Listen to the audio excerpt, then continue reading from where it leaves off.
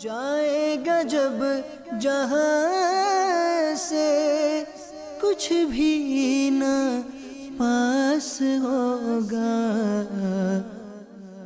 2 گز کفن کا کپڑا تیرا لباس ہوگا۔ الحمدللہ رب العالمین والصلاة والسلام علی سید المرسلین، اما بعد فاعوذ باللہ من الشیطان الرجیم، بسم اللہ الرحمن الرحیم۔ الصلاة والسلام علیک یا رسول اللہ وعلی آلک وصحابک یا حبیب اللہ۔ الصلاة والسلام علیک یا نبی اللہ وعلی آلک وصحابک یا نور اللہ۔ فرمان مصطفیٰ صلی اللہ تعالی علیہ وآلہ وسلم، تم اپنی مجلسوں کو مجھ پر درود پاک پڑھ کر آراستہ کرو، کیونکہ تمہارا مجھ پر درود پاک پڑھنا بروز قیامت تمہارے لیے نور ہوگا۔ صلو علی الحبیب صلی اللہ تعالی علی محمد۔ میٹھے میٹھے اسلامی بھائیوں، مدنی چینل کے ناظرین، تجہیز و تکفین سیکھنے سکھانے اور کسی مسلمان کی تجہیز و تکفین میں حصہ لینے سے متعلق اچھی نیتیں کر لیں گے تو انشاءاللہ عز و جل ثواب میں ڈھیروں اضافہ ہو جائے گا، کیونکہ ایک تو بغیر اچھی نیت کے کسی بھی عمل خیر کا ثواب نہیں ملتا، دوسرا جتنی اچھی نیتیں زیادہ ہوں گی اتنا ثواب بھی زیادہ ہوگا۔ تجہیز و تکفین میں حصہ لینے کی نیتیں رضائے الہی پانے اور ثواب آخرت کمانے کے لیے عاشقان رسول کی تجہیز و تکفین میں حصہ لوں گا، فرض کفایہ ادا کروں گا، حق مسلم کی ادائیگی کروں گا، تمام امور یعنی سب کاموں میں سنتوں اور شرعی احکام کو پیش نظر رکھوں گا، مرحوم کے اہل خانہ کے ساتھ ہمدردی اور ان کی غم خواری کروں گا، حتی المقدور باوضو رہوں گا، موقع ملا تو نرمی کے ساتھ مرحوم کے اہل خانہ و دیگر رشتہ داروں پر انفرادی کوشش کروں گا، اپنے لیے، مرحوم اور ان کے اہل خانہ اور امت مسلمہ کے لیے دعائے خیر کروں گا، خلاف شرع کام سے حسب استطاعت جتنی طاقت ہو روکنے کی کوشش کروں گا، مرحوم کے لیے ایصال ثواب کروں گا اور ان کے اہل خانہ کو ایصال ثواب کے لیے رسائل تقسیم کرنے اور مدنی قافلے میں سفر کی ترغیب دلاؤں گا انشاءاللہ عز و جل۔ تجہیز و تکفین تربیتی اجتماع جاری ہے، اس میں ہم موت کی نشانیوں سے لے کر آخر تک تدفین وغیرہ تک کے معمولات بیان کریں گے۔ اس سے پہلے کہ اس کا بیان ہو، آپ کو ایک حکایت پیش کی جاتی ہے تاکہ ہم تجہیز و تکفین کے اس کام کی اہمیت سمجھ سکیں۔ آئیے وہ حکایت دیکھتے ہیں۔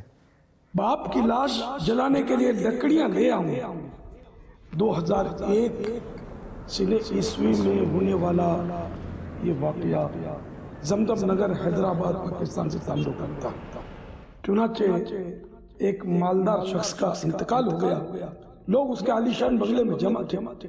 مرحوم کا 19 سالہ جوان بیٹا جو کہ ایک ماڈرن اسکول میں پڑھتا تھا، کہیں جانے کے لیے ایک دم جلدی میں اٹھا۔ کسی نے اس جلدی کا سبب پوچھا تو بولا، میرے والد صاحب میرے ساتھ بڑی محبت کرتے تھے، میں نے سوچا کہ آخری وقت اپنے ہاتھوں سے ان کو کچھ خدمت کر لوں، چنانچہ ان کی میت کو جلانے کے لیے میں خود لکڑیاں لے آؤں گا۔ یہ سن کر لوگوں کی حیرت کی انتہا نہ رہی کہ اس کا باپ تو مسلمان تھا، پھر اس کو جلانے کے لیے لکڑیوں کا کیا کام؟ غور کیا تو سمجھ آئی کہ اس نادان نوجوان نے غیر مسلموں کی فلموں میں لاشیں جلانے کے مناظر دیکھ لیے ہوں گے، تو اس کے ذہن میں یہ بات بیٹھ گئی ہوگی کہ جو بھی مر جائے اس کو جلانا ہوتا ہے۔ بہرحال اس کے مرحوم والد کو دفن کیا گیا۔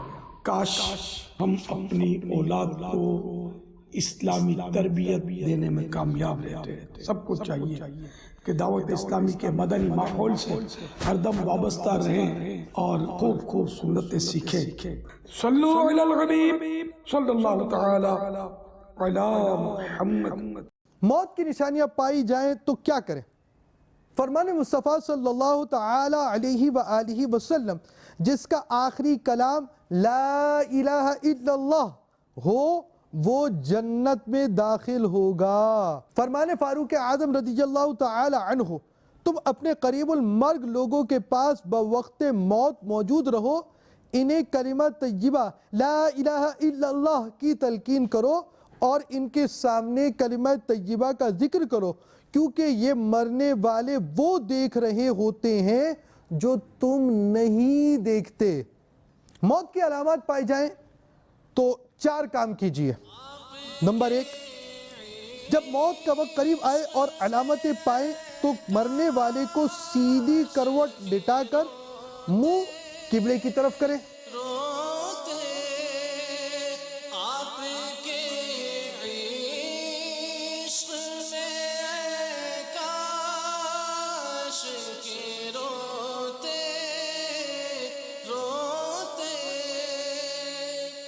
یہ نکل جائے میری جان مدینے والے آپ کے، یا سیدھا یعنی چت لٹا کر قبلے کو پاؤں کریں اور سر کو تکیہ وغیرہ رکھ کر اونچا کر دیں تاکہ منہ قبلے کو ہو جائے۔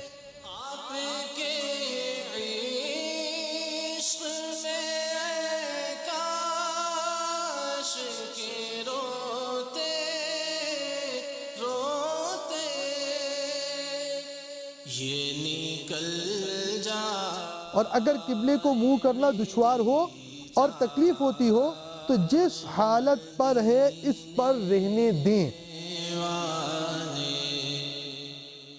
نمبر 2، خوشبو کے لیے لوبان یا اگربتیاں سلگا دیں۔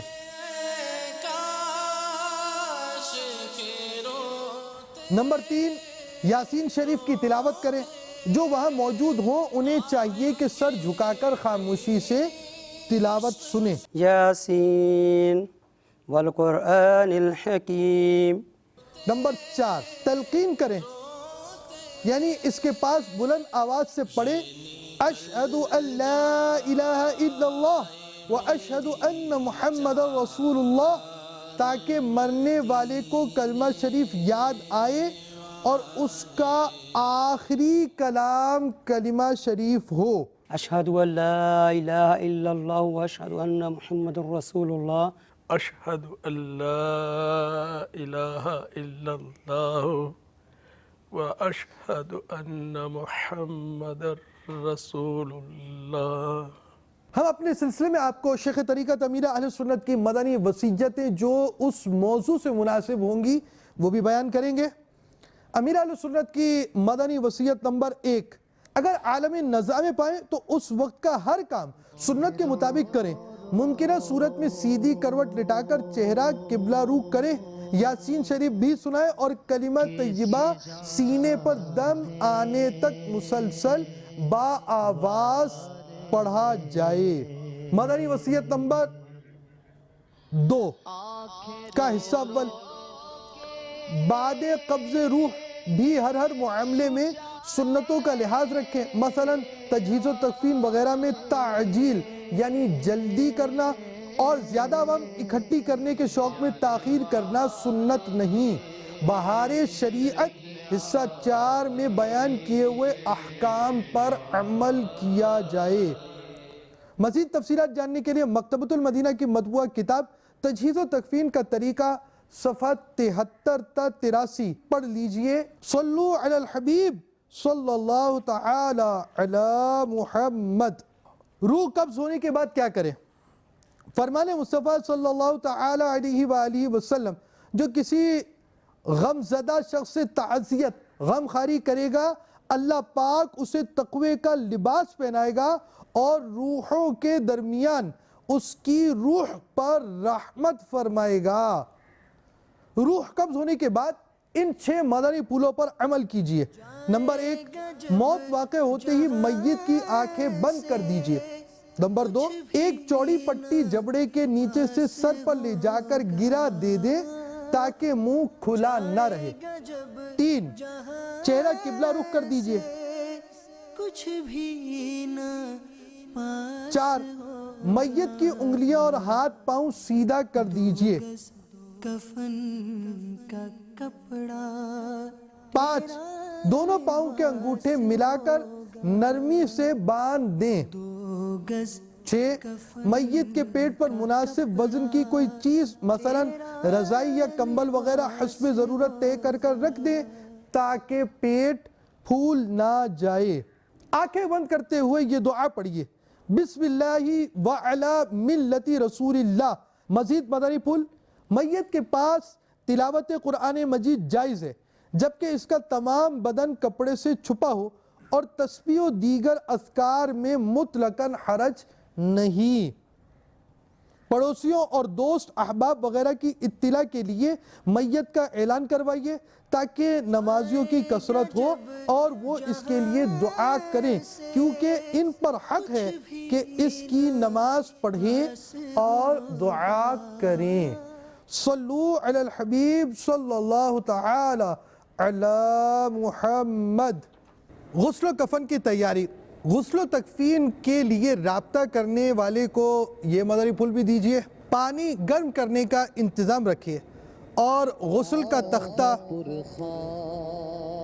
اگربتی، ماچس، 2 موٹی چادریں، روئی، بڑے رومال کی طرح کے 2 کپڑوں کے پیس استنجا وغیرہ کے لیے، 2 بالٹیاں، 2 مگ، صابن، بیری کے پتے، 2 تولیے، کفن کا بغیر سلا ہوا بڑے عرض کا کپڑا، کینچی، سوئی دھاگا، کافور، خوشبو کا انتظام کیجئے۔ اپنے پہنچنے کا اندازاً وقت بھی بتا دیجئے۔ غسل میت سے پہلے یہ 4 کام کیجئے۔ نمبر 1، تختے کو دھونی دیں، یعنی اگربتیاں یا لوبان جلا کر 3، 5 یا 7 بار غسل کے تختے کے گرد پھیرائیں۔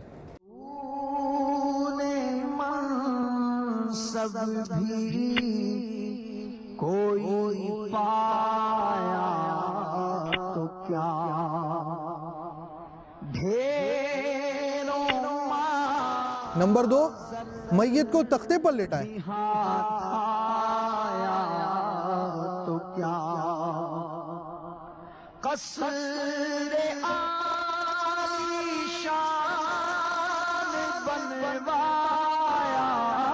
نمبر 3، نرمی سے کپڑے اتارے یا ضرورتاً کاٹے مگر بے ستری نہ ہو۔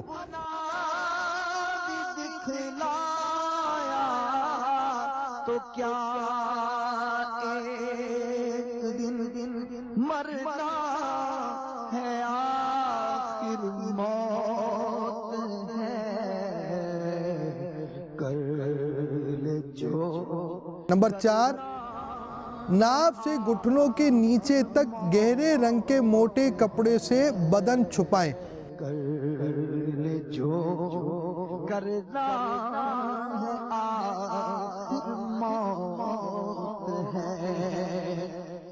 مرحوم رکن شورا کو جب تختہ غسل پر لایا گیا تو اس وقت امیر اہل سنت نے کیا مدنی پھول دیے؟ آئیے مدنی گلدستہ دیکھتے ہیں۔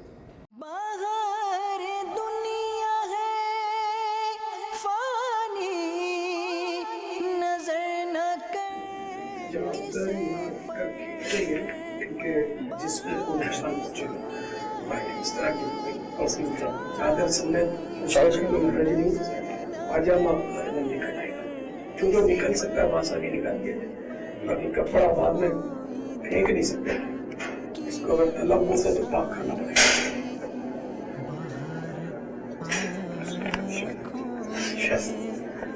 کمر میں ہاتھ چھوڑ کے کمر میں وہ سکتا ہو رہا تھا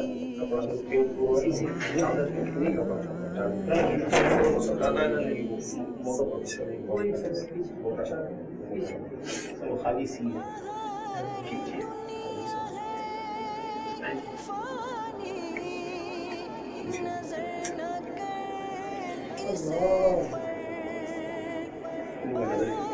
اپنے دو احتیاط سے تھوڑا پھٹے کو نیچے کا پھیلا نکالو کمر پر ایسی ترکیب سے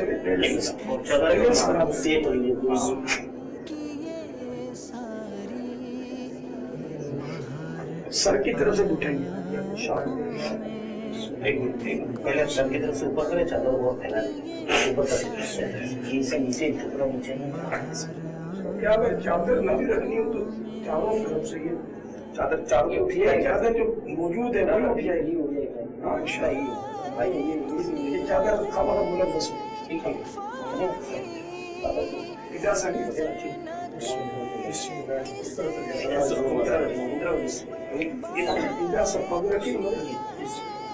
ایسا لے لو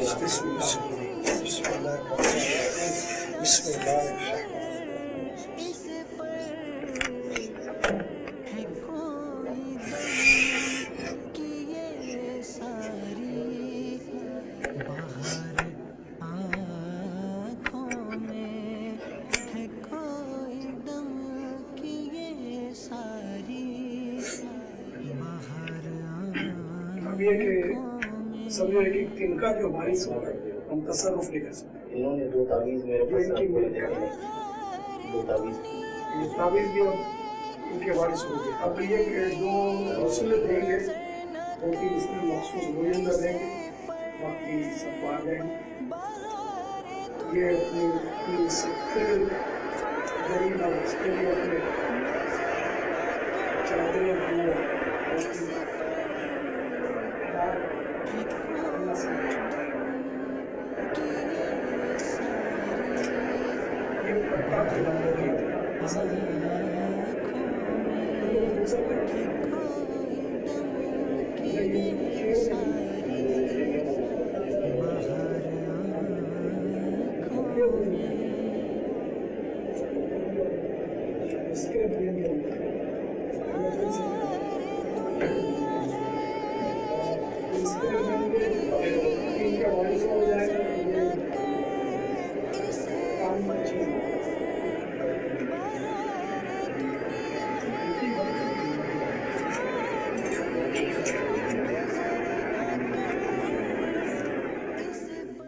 جائے گا جب جہاں سے کچھ بھی نہ پاس ہوگا جائے گا جب جہاں سے کچھ بھی نہ پاس ہوگا دو گز کفن کا کپڑا تیرا لباس ہوگا۔ مزید تفصیل جاننے کے لیے مکتبۃ المدینہ کی مطبوعہ کتاب تجہیز و تکفین کا طریقہ صفحات 73 تا 83 پیج 73 to 83 پڑھ لیجئے۔ صلو علی الحبیب صلی اللہ تعالی علی محمد۔ پانی کی تفصیل، مستعمل پانی کسے کہتے ہیں؟ جو پانی وضو یا غسل کرنے میں بدن سے گرا وہ پاک ہے، مگر چونکہ اب استعمال ہو چکا لہذا اس سے وضو اور غسل جائز نہیں۔ یوں ہی اگر بے وضو شخص کا ہاتھ یا انگلی یا پورا یا ناخن یا بدن کا کوئی ٹکڑا جو وضو میں دھویا جاتا ہو بقصد یعنی جان بوجھ کر یا بلا قصد یعنی بے خیالی میں دردر 225 اسکوائر فٹ سے کم پانی میں بے دھوئے ہوئے پڑ جائے تو وہ پانی وضو اور غسل کے لائق نہ رہا۔ یہ 3D کے اندر آپ کو اس کی وضاحت دکھائی جا رہی ہے، یعنی آپ سمجھے آپ کی کیلکولیشن 225 ہونی چاہیے۔ اسکیل جو ہے 12 انچ کا، یہ اسکیل 12 انچ کا ہے جو کہ 1 فٹ ہے، اور اس طرح رزلٹ کیلکولیشن 225 اسکوائر فٹ بن رہی ہوگی۔ اس چورس یا ریکٹینگل مستطیل یا اسکوائر جو ہے کنویں کے اندر یہ وضو اور غسل کیا جا سکے گا، اور اس کے اندر مزید بھی تفصیلات ہیں۔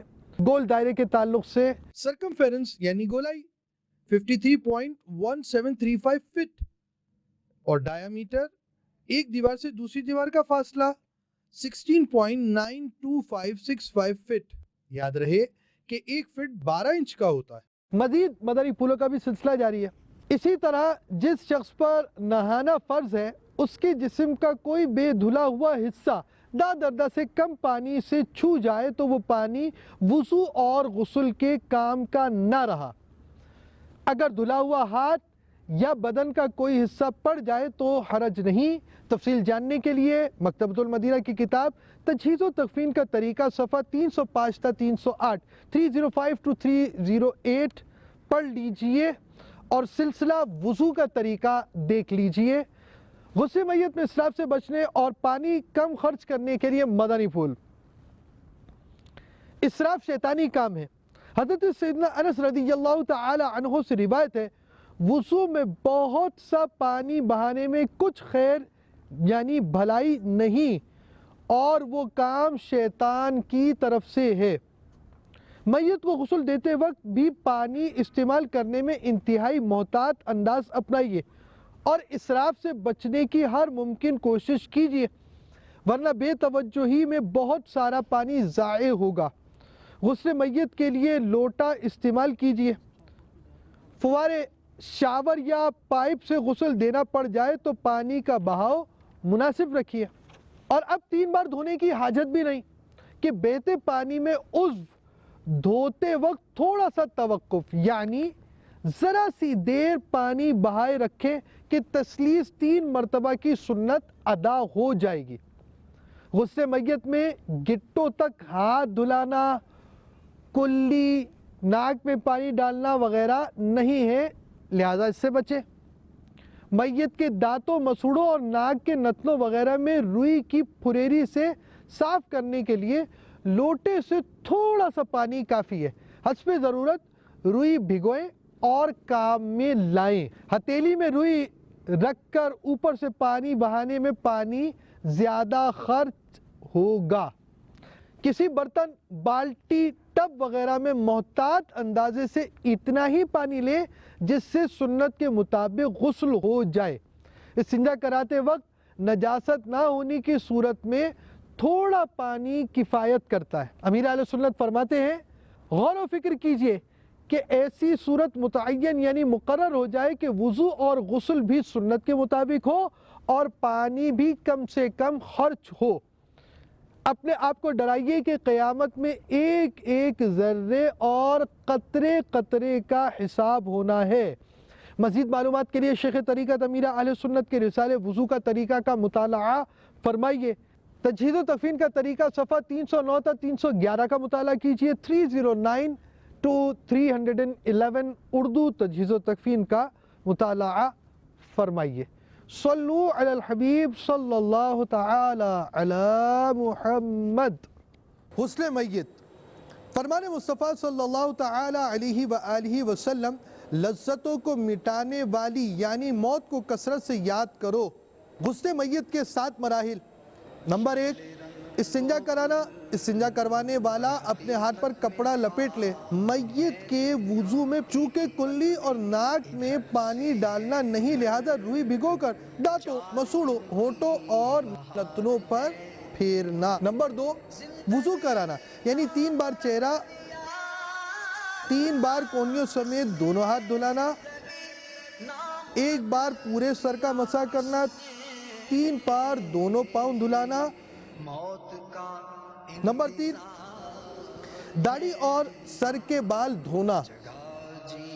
نمبر 4، میت کو الٹی کروٹ پر لٹا کر سیدھی کروٹ دھونا۔ نمبر 5، میت کو سیدھی کروٹ پر لٹا کر الٹی کروٹ دھونا۔ نمبر 6، پیٹھ سے سہارا دیتے ہوئے بٹھا کر نرمی سے پیٹ کے نیچے حصے پر ہاتھ پھیرنا۔ سطر کے مقام پر نہ نظر کر سکتے، نہ بغیر کپڑے کے چھو سکتے۔ نمبر 7، سر سے پاؤں تک کافور کا پانی بہانا۔ کافور ملے پانی کا 1 مگ کافی ہے۔ تفصیل، اسلامی بھائیوں کے غسل میت کا طریقہ: اگر بتیاں یا لوبان جلا کر 3 یا 5 یا 7 بار غسل کے تختے کو دھونی دیں، یعنی اتنی بار تخت کے گرد پھرائیں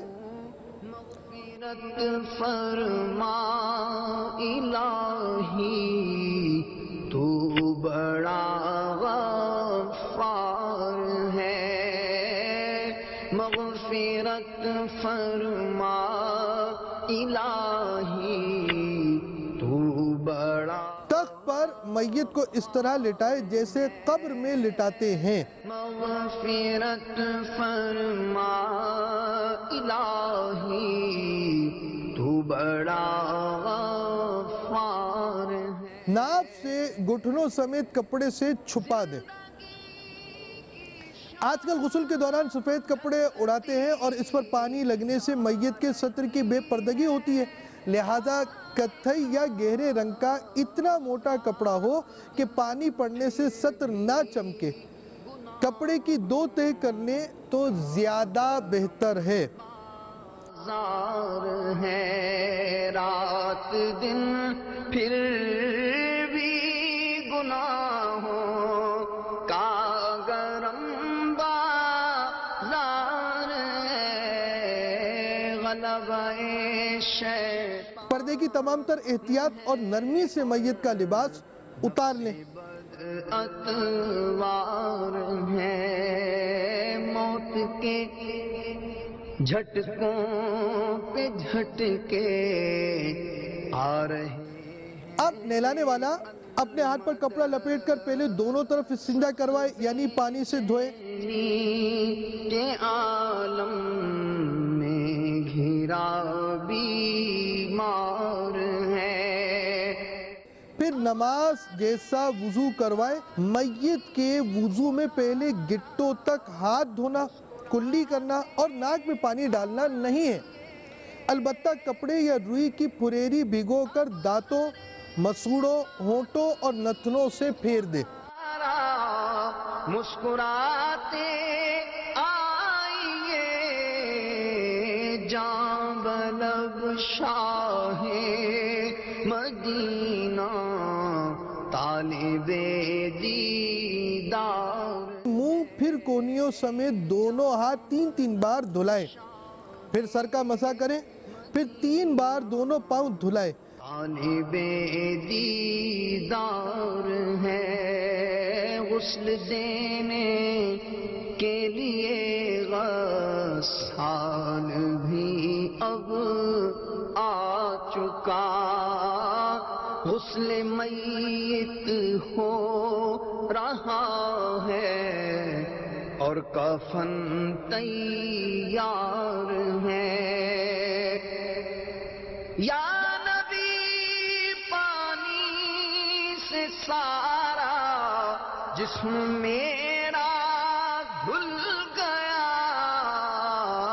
نامہ اعمال کو بھی غسل اب درکار ہے. لاد کر کندھوں پہ احبابا. پھر سر یا داڑھی کے بال ہوں تو دھوئیں. صابن یا شیمپو استعمال کر سکتے ہیں.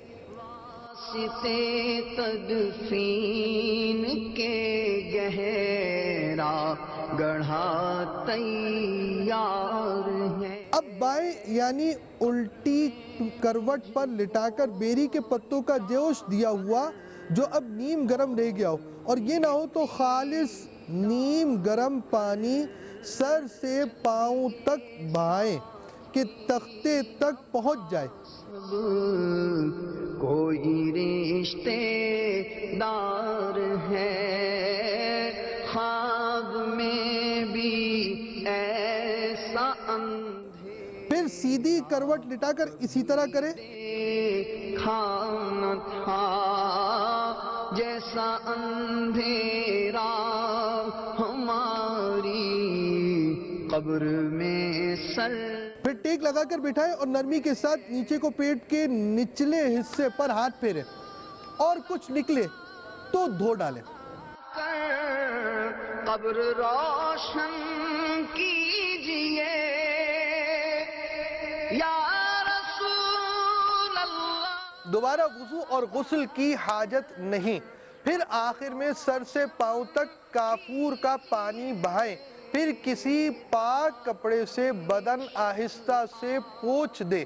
کی تو منبع انوار ہے، ذات بے شک ایک مرتبہ سارے بدن پر پانی بہانا فرض ہے اور 3 مرتبہ سنت۔ غسل میت میں بے تحاشا پانی نہ بہائیں، آخرت میں ایک ایک قطرے کا حساب ہے، یہ یاد رکھیں۔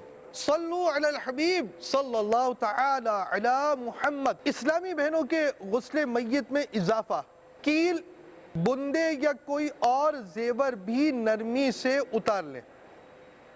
صابن یا شیمپو یا دونوں استعمال کیے جا سکتے ہیں، لیکن ان کے زیادہ استعمال سے بالوں میں الجھاؤ پیدا ہوتا ہے، لہذا بیری کے پتوں کا جوش دیا ہوا پانی کافی ہے، پھر سر دھوئیں۔ مزید مدنی پھول، میت کے غسل و کفن اور دفن میں جلدی چاہیے کہ حدیث میں اس کی بہت تاکید آئی ہے۔ مفسر شہیر حکیم الامت حضرت مفتی احمد یار خان رحمت اللہ تعالی علیہ فرماتے ہیں، حتی الامکان دفن میں جلدی کی جائے، بلا ضرورت دیر لگانا سخت ناجائز ہے کہ اس میں میت کے پھولنے پھٹنے اور اس کی بے حرمتی کا اندیشہ ہے۔ 1 مرتبہ سارے بدن پر پانی بہانا فرض ہے اور 3 مرتبہ سنت۔ جہاں غسل دیں مستحب یہ ہے کہ پردہ کر لیں کہ سوائے نہلانے والوں اور مددگاروں کے دوسرا نہ دیکھے۔ جائے گا جب جہاں سے کچھ بھی نہ پاس ہوگا، 2 گز کفن کا کپڑا تیرا لباس ہوگا، 2 گز کفن کا کپڑا تیرا لباس ہوگا۔ نہلاتے وقت خواہ اس طرح لٹائے جیسے قبر میں رکھتے ہیں یا قبلے کی طرف پاؤں کر کر، یا جو آسان ہو کریں۔ بہتر یہ ہے کہ نہلانے والا میت کا سب سے زیادہ قریبی رشتہ دار ہو، وہ نہ ہو، یا نہلانا نہ جانتا ہو تو کوئی اور شخص جو امانت دار اور پرہیزگار ہو۔ نہلانے والے کے پاس خوشبو سلگانا مستحب ہے، اگر میت کے بدن سے بو آئے تو اسے پتہ نہ چلے ورنہ گھبرائے گا۔ نیز اسے چاہیے کہ بقدر ضرورت اعضائے میت کی طرف نظر کرے، بلا ضرورت کسی عضو کی طرف نہ دیکھے کہ ممکن ہے اس کے بدن میں کوئی عیب ہو جس سے وہ چھپاتا تھا۔ مرد کو مرد نہلائے اور عورت کو عورت۔ میت چھوٹا لڑکا ہے تو اسے عورت بھی نہلا سکتی ہے اور چھوٹی لڑکی کو مرد بھی۔ چھوٹے سے یہ مراد ہے کہ حد شہوت کو نہ پہنچے ہوں۔ میت کی داڑھی یا سر کے بال میں کنگھا کرنا یا ناخن تراشنا یا کسی جگہ کے بال مونڈنا یا کترنا یا اکھاڑنا ناجائز و مکروہ تحریمی ہے، بلکہ حکم یہ ہے کہ جس حالت پر ہے اسی حالت میں دفن کر دیں۔ ہاں، اگر ناخن ٹوٹا ہو تو لے سکتے ہیں، اور اگر ناخن یا بال تراش لیے تو کفن میں رکھ دیں۔ نہلانے کے بعد اگر ناک، کان، منہ اور دیگر سوراخوں میں روئی رکھ دے تو حرج نہیں، مگر بہتر یہ ہے کہ نہ رکھے۔ غسل میت کے بعد میت کی آنکھوں میں سرما لگانا خلاف سنت ہے۔ اسلامی بہنوں کے لیے مدنی پھول، اگر میت کے ناخنوں پر نیل پالش لگی ہو اور میت کو تکلیف نہ ہو تو جس قدر ممکن ہو سکے چھڑائیں، اس کے لیے ریموور استعمال کر سکتے ہیں۔ مرنے کے بعد زینت کرنا، میک اپ، مہندی لگانا ناجائز ہے۔ امیر اہل سنت کی مدنی وصیتوں میں سے موضوع کے مناسبت سے مدنی وصیتیں۔ مدنی وصیت نمبر 7، غسل باریش و با امامہ و پابند سنت اسلامی بھائی عین سنت کے مطابق دیں۔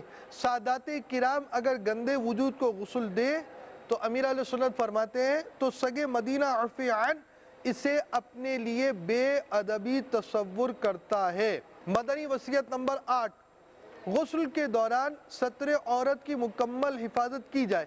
اگر ناف سے لے کر گھٹنوں سمیت کتھئی یا کسی گہرے رنگ کی 2 موٹی چادریں اڑا دی جائیں تو غالباً ستر چمکنے کا احتمال جاتا رہے گا۔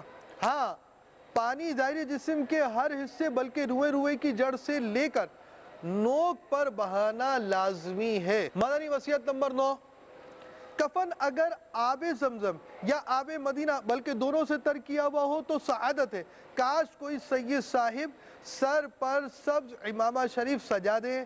مدنی وصیت نامہ صفحہ نمبر 4، صرف علماء مشائخ کو با امامہ دفن کیا جا سکتا ہے، عام لوگوں کی میت کو مع امامہ دفنانا منع ہے۔ مزید تفصیل جاننے کے لیے مکتبۃ المدینہ کی مطبوعہ کتاب تجہیز و تکفین کا طریقہ صفحہ 86 تا 97 پڑھ لیجئے۔ صلو علی الحبیب صلی اللہ تعالی علی محمد۔ کفن کی معلومات۔ فرمان مصطفیٰ صلی اللہ تعالی علیہ وآلہ وسلم، جس نے کسی میت کو کفنایا یعنی کفن پہنایا تو اللہ پاک اسے سندس کا لباس، جنت کا انتہائی نفیس ریشمی لباس پہنائے گا۔ کفن، مرنے کے بعد انسان کو جو لباس پہنایا جاتا ہے اسے کفن کہتے ہیں۔ یہ فرض کفایہ ہے۔ کفن سنت، مرد کے لیے کفن سنت 3 کپڑے، نمبر 1 لفافہ، نمبر 2 ازار، نمبر 3 قمیص۔ عورت کے لیے کفن سنت 5 کپڑے ہیں، لفافہ، ازار، قمیص کے ساتھ سینہ بند اور اوڑھنی۔ خنثی مشکل یعنی جس میں مرد و عورت دونوں کی علامتیں اور یہ ثابت نہ ہو کہ مرد ہے یا عورت، کو عورت کی طرح 5 کپڑے دیے جائیں مگر قسم یا زعفران کا رنگا ہوا اور ریشمی کفن اسے ناجائز ہے۔ کفن کاٹنے کے 7 مراحل۔ کفن کے لیے تقریباً 1.25 گز چوڑائی کا 7 میٹر کپڑا لیجئے۔ مگر تجھ کو اندھا کیا۔ نمبر 2، ایک کپڑا میت کے قد سے اتنا زیادہ کاٹیے کہ لپیٹنے کے بعد سر اور پاؤں کی طرف سے باندھا جا سکے، اسے لفافہ کہتے ہیں۔ جو آباد تھے مقام رسول جگہ جی لگانے کی دنیا۔ نمبر 3، دوسرا کپڑا میت کے قد کے برابر، سر سے پاؤں تک، اسے ازار یا تہبند کہتے ہیں۔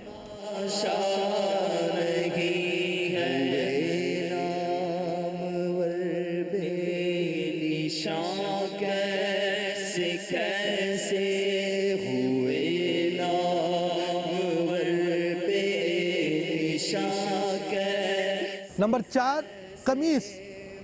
اس کے لیے کپڑے کو میت کی گردن سے گھٹنوں کے نیچے تک ناپیے اور اب اسے ڈبل کر کر کاٹیے تاکہ آگے اور پیچھے کی جانب لمبائی لینتھ ایک ہو اور چوڑائی وڈتھ دونوں کندھوں کے برابر رکھیے۔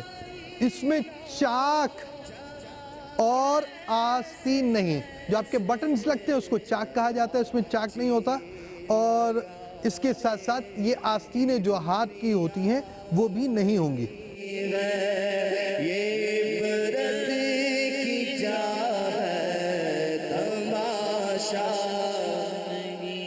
یہی تجھ کو دھن ہے رہو سب سے بالا۔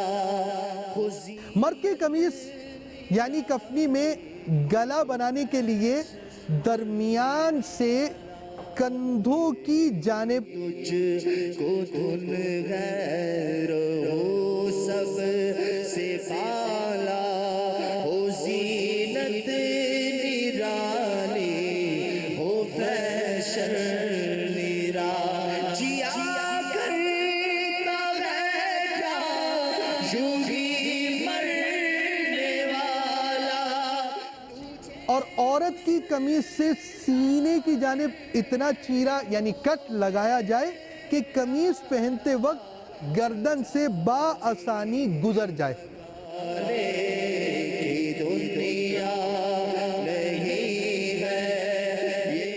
مرد کے لیے کفن سنت میں یہی 3 کپڑے ہیں، جبکہ عورت کے لیے 2 کپڑے اور ہیں، سینہ بند اور اوڑھنی۔ اسلامی بہنوں کے لیے مزید 2 مراحل۔ نمبر 6، سینہ بند کے لیے کپڑے کی لمبائی سینے سے ران تک رکھیے۔ عبرت کی جا ہے تجھے پہلے بچپن نے برسوں کھلایا، جوانی نے پھر تجھ کو مجنون بنایا۔ اوڑھنی کے لیے کپڑے کی لمبائی لینتھ میں اتنا کاٹیے کہ آدھی پشت، ہاف بیک، کمر کے نیچے سے لے کر سر سے لا کر چہرہ ڈھانپ کر سینے تک آ جائے۔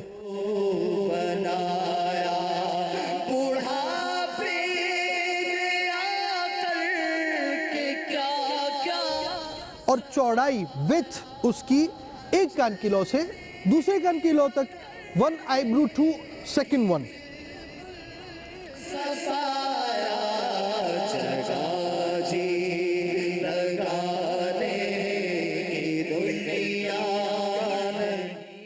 اور یہ عموماً 1.5 گز 1.5 یارڈ ہوتی ہے۔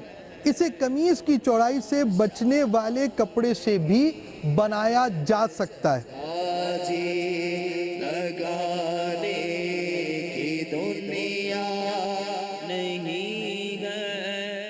مزید مدنی پھول، کفن اچھا ہونا چاہیے، یعنی مرد عیدین و جمعہ کے لیے جیسے کپڑے پہنتا تھا اور عورت جیسے کپڑے پہن کر میکے جاتی تھی اس قیمت کا ہونا چاہیے۔ حدیث میں ہے مردوں کو اچھا کفن دو کہ وہ باہم ملاقات کرتے اور اچھے کفن سے تفاخر کرتے یعنی خوش ہوتے ہیں۔ سفید کفن بہتر ہے کہ نبی اکرم صلی اللہ تعالی علیہ وسلم نے فرمایا اپنے مردے سفید کپڑوں میں کفناؤ۔ جو نابالغ حد شیبت کو پہنچ گیا وہ بالغ کے حکم میں، یعنی بالغ کو کفن میں جتنے کپڑے دیے جاتے ہیں اسے بھی دیے جائیں، اور اس سے چھوٹے لڑکے کو 1 کپڑا ازار اور چھوٹی لڑکی کو 2 کپڑے ازار اور لفافہ دے سکتے ہیں، اور لڑکے کو بھی 2 کپڑے لفافہ اور ازار دیے جائیں تو اچھا ہے، اور بہتر یہ ہے کہ دونوں کو پورا کفن دیا جائے اگرچہ 1 دن کا بچہ ہو۔ امیر اہل سنت کی مدنی وصیت جو اس موضوع سے متعلق ہوتی ہے وہ بھی ہم آپ کو بتا رہے ہیں۔ آپ نے مدنی وصیت فرمائی کفن مسنونہ خود سگے مدینہ عرف عن کے پیسوں سے ہو، حالت فقر کی صورت میں کسی صحیح العقیدہ سنی کے مال حلال سے لیا جائے۔ کفن اگر آب زمزم یا آب مدینہ بلکہ دونوں سے تر کیا ہوا ہو تو سعادت ہے۔ مزید تفصیلات جاننے کے لیے مکتبۃ المدینہ کی مطبوعہ کتاب تجہیز و تکفین کا طریقہ صفحہ 98 تا 107 98 to 107 پڑھ لیجئے۔ صلو علی الحبیب صلی اللہ تعالی علی محمد۔ کفن پہنانے کا طریقہ ایک حدیث میں ہے جو رات دن میں 20 مرتبہ موت کو یاد کرتا ہو اسے شہیدوں کے ساتھ اٹھایا جائے گا۔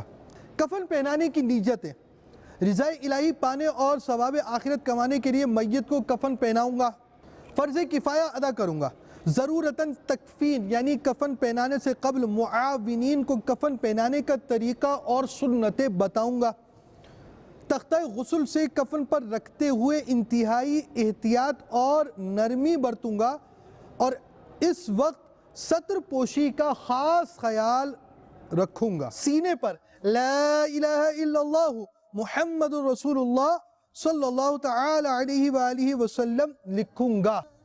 میت کی پیشانی پر انگشت شہادت یعنی شہادت کی انگلی سے بسم اللہ الرحمن الرحیم بغیر سیاہی سے لکھوں گا۔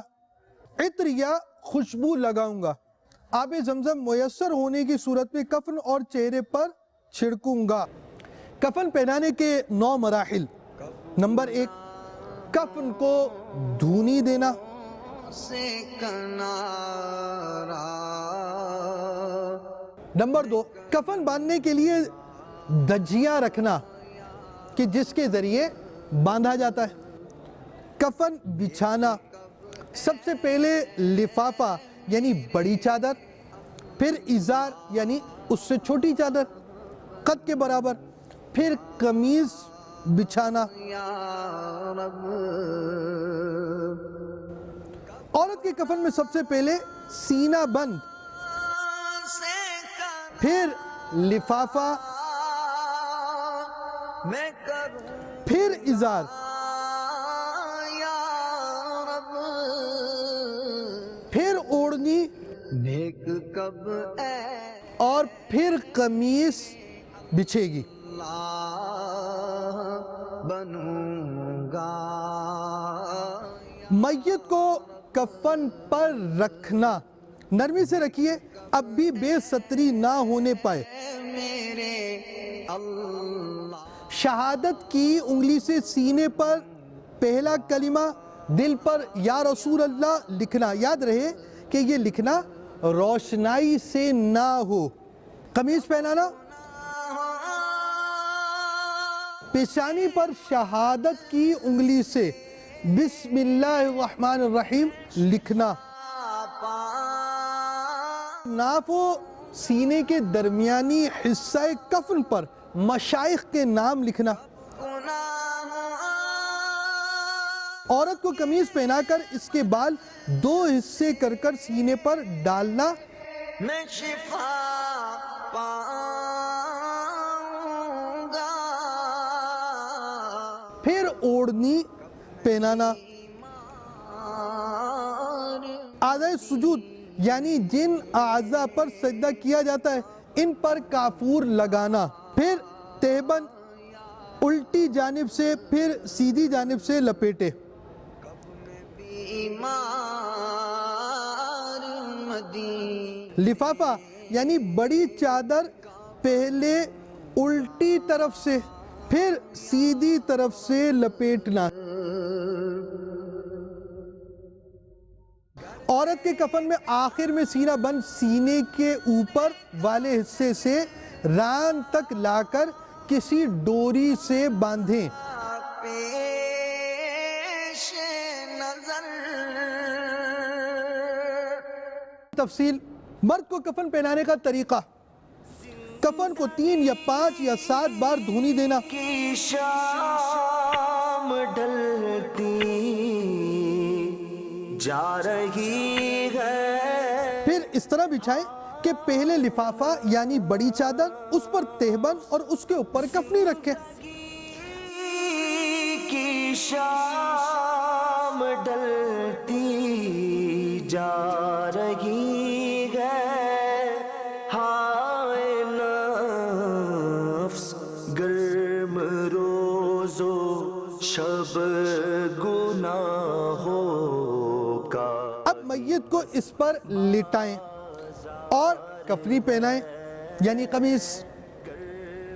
روز و شب گناہوں کا ہی بس بازار ہے، گرم روز و شب گناہوں کا۔ اب داڑھی پر نہ ہو تو تھوڑی پر اور تمام جسم پر خوشبو ملیں، وہ اعضاء جن پر سجدہ کیا جاتا ہے یعنی پیشانی، ناف، ہاتھ، گھٹنوں اور قدموں پر کافور لگانا۔ بردائے بدکار ہوں، بے حد ذلیل و خوار ہوں، مغفرت فرما الہی۔ گھٹنا دیکھ بھی نہیں سکتے اور اس کو بغیر کسی چیز کے ہاتھ بھی نہیں لگایا جا سکتا، کپڑا ہاتھ میں ہوگا۔ ہاتھ میں بھی ہوگا اور دیکھے بغیر لگانا ہے. پھر تہبند الٹی جانب سے پھر سیدھی جانب سے لپیٹے. کے آ رہے ہیں المدد سخت بے چینی. اب آخر میں لفافہ بھی اسی طرح پہلے الٹی جانب سے پھر سیدھی جانب سے لپیٹے تاکہ سیدھا اوپر رہے. اب سرے بالی خدا را مسکرا سر اور پاؤں کی طرف باندھ دیں. جاں بلب شاہ مدینہ طالب دیدار ہے. خواب میں بھی ایسا عورت کے کفن کا فرق.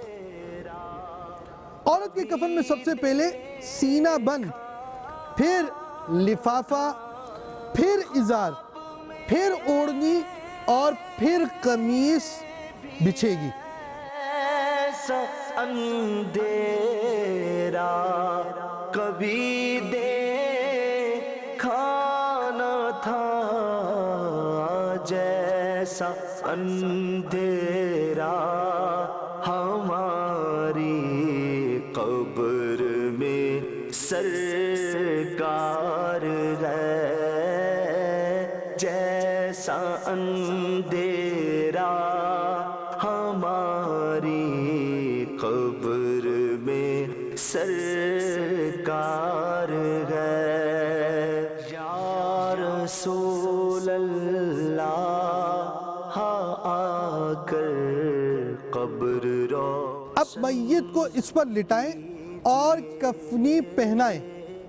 اب اس کے بالوں کے 2 حصے کر کر کفنی کے اوپر سینے پر ڈال دیں اور اوڑھنی کو آدھی پیٹھ کے نیچے بچھا کر سر پر لا کر منہ پر نقاب کی طرح ڈال دیں کہ سینے پر رہے. مدینہ آ چکے منکر نکیر، ہو کرم للہ بندہ بے کسو. اس کا طول آدھی پچھ سے نیچے تک اور عرض یعنی اس کی لمبائی آدھی پیٹھ سے یوں سینے تک آئے گی اور چوڑائی عرض ایک کان کی لو سے دوسرے کان کی لو تک. بعض لوگ اوڑھنی اس طرح اڑا دیتے جس طرح عورت زندگی میں دوپٹہ اڑتی ہے. یہ خلاف سنت ہے. عورت کے کفن میں آخر میں سینہ بند سینے کے اوپر والے حصے سے ران تک لا کر کسی ڈوری سے باندھیں.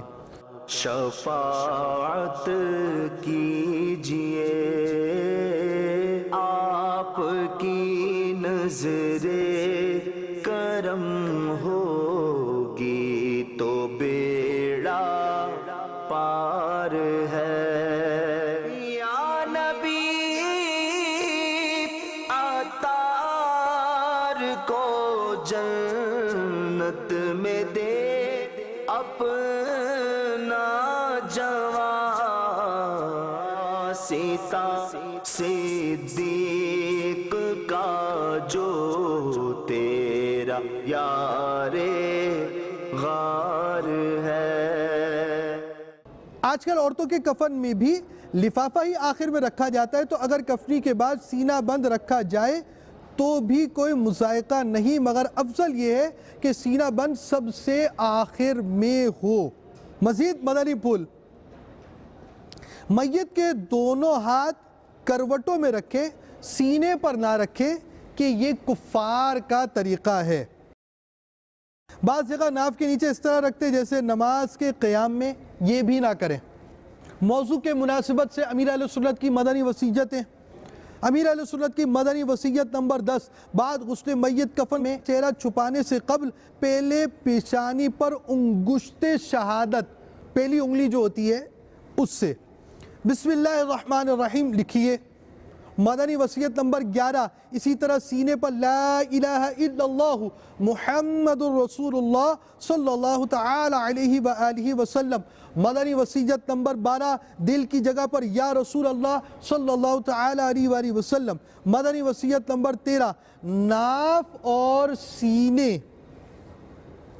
کے درمیانی حصہ کفن پر یا غوث آدم دستگیر رضی اللہ تعالی عنہ یا امام ابو حنیفہ رضی اللہ تعالی عنہ یا امام احمد رضا رضی اللہ تعالی عنہ یا شیخ ضیاء الدین رضی اللہ تعالی عنہ شہادت کی انگلی سے لکھیں.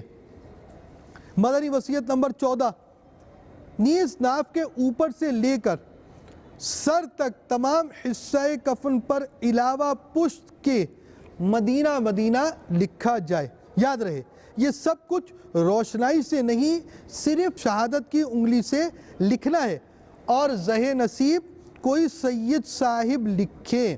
مدنی وصیت نمبر 15 دونوں آنکھوں پر مدینہ منورہ زادہ اللہ شرفاً و تعظیمہ کی کھجور کی گٹھلیاں رکھ دی جائیں. مزید تفصیل جاننے کے لیے مکتبۃ المدینہ کی مطبوعہ کتاب تجہیز و تکفین کا طریقہ صفحہ 98 تا 107 98 to 107 پڑھ لیجئے. صلو علی الحبیب صلی اللہ تعالی علی محمد. نماز جنازہ. حضرت سیدنا داود علی نبی جناب علیہ السلام نے بارگاہ خداوندی میں عرض کی یا اللہ عز و جل جس نے محض تیری رضا کے لیے جنازے کا ساتھ دیا اس کی جزا کیا ہے؟ اللہ پاک نے فرمایا جس دن وہ مرے گا فرشتے اس کے جنازے کے ہمراہ چلیں گے اور میں اس کی مغفرت کر دوں گا. جنازے کی نیتیں. شیخ طریقت امیر اہل سنت دامت برکاتہم العالیہ کے تحریر کردہ جنازے کے مدنی پھول کی روشنی میں کچھ نیتیں. رضا الہی پانے اور ثواب آخرت کمانے کے لیے نماز جنازہ پڑھوں گا. فرض کفایہ ادا کروں گا. مرحوم کے عزیزوں کی دلجوئی کروں گا. مرحوم کے لیے دعائے مغفرت اور ایصال ثواب کروں گا. بعد نماز مسنون طریقے پر جنازے کے چاروں پایوں کو کندھا دوں گا، یعنی پہلے سیدھے سرہانے، پھر سیدھی پائنتی، پھر الٹے سرہانے، پھر الٹی پائنتی. یعنی آپ کا سیدھا کندھا اور میت کا سیدھا کندھا ایک ہی طرف ہوگا جو کہ ڈولی کا بظاہر الٹی طرف ہوگا. ہر بار 10 کل 40 قدم چل کر 40 کبیرہ گناہوں کی مغفرت کا حقدار بنوں گا. جنازے کو کندھا دیتے وقت لوگوں کو ایذا اور دھکا دینے سے بچوں گا. اپنا جنازہ اٹھنے اور دفن ہونے کو یاد کر کے فکر آخرت کروں گا. نماز جنازہ کے ارکان اور سنتیں. نماز جنازہ میں 2 رکن ہیں. 4 بار اللہ اکبر کہنا. نمبر 2 قیام. نماز جنازہ میں 3 سنتیں مؤکدہ ہیں.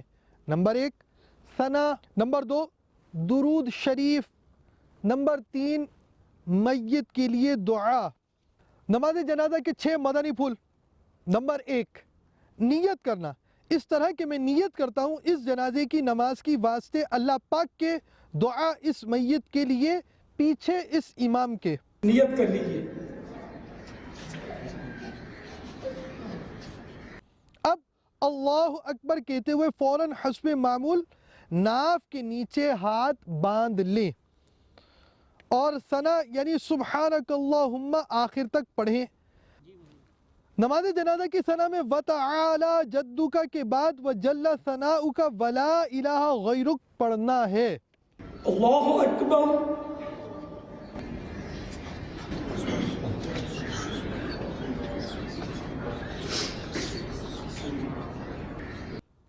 پھر بغیر ہاتھ اٹھائے اللہ اکبر کہہ کر درود ابراہیم پڑھیں. اللہ اکبر. نمبر 4 پھر بغیر ہاتھ اٹھائے اللہ اکبر کہہ کر نماز جنازہ کی دعا پڑھیں. بالغین کے لیے ایک ہی دعا ہے اور نابالغ اور نابالغہ کی الگ الگ. دعائیں یاد نہ ہو تو کوئی بھی قرآنی دعا پڑھیے. اللہ اکبر.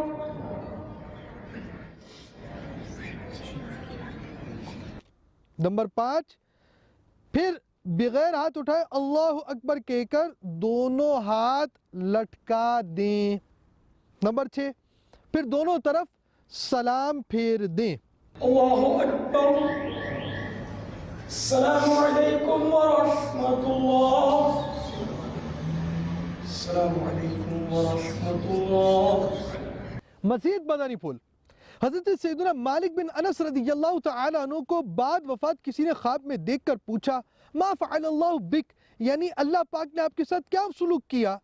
کہا ایک کلمے کی وجہ سے بخش دیا، جو حضرت سیدنا عثمان غنی رضی اللہ تعالیٰ عنہ جنازہ دیکھ کر کہا کرتے تھے۔ وہ کلمہ یہ ہے سبحان الحی الذی لا یموت، یعنی وہ ذات پاک ہے جو زندہ ہے، اسے کبھی موت نہیں آئے گی۔ لہذا میں بھی جنازہ دیکھ کر یہی کہا کرتا، یہ کلمہ کہنے کے سبب اللہ پاک نے مجھے بخش دیا۔ میت کے تعلق سے نماز جنازہ کی 7 شرطیں۔ نماز جنازے میں میت سے تعلق رکھنے والی 7 شرطیں یہ ہیں۔ نمبر 1، میت کا مسلمان ہونا۔ 2، میت کے بدن و کفن کا پاک ہونا۔ 3، جنازہ کا وہاں موجود ہونا، یعنی کل یا اکثر یا نصف معاصر کے موجود ہونا، لہذا غائب کی نماز جنازہ نہیں ہو سکتی۔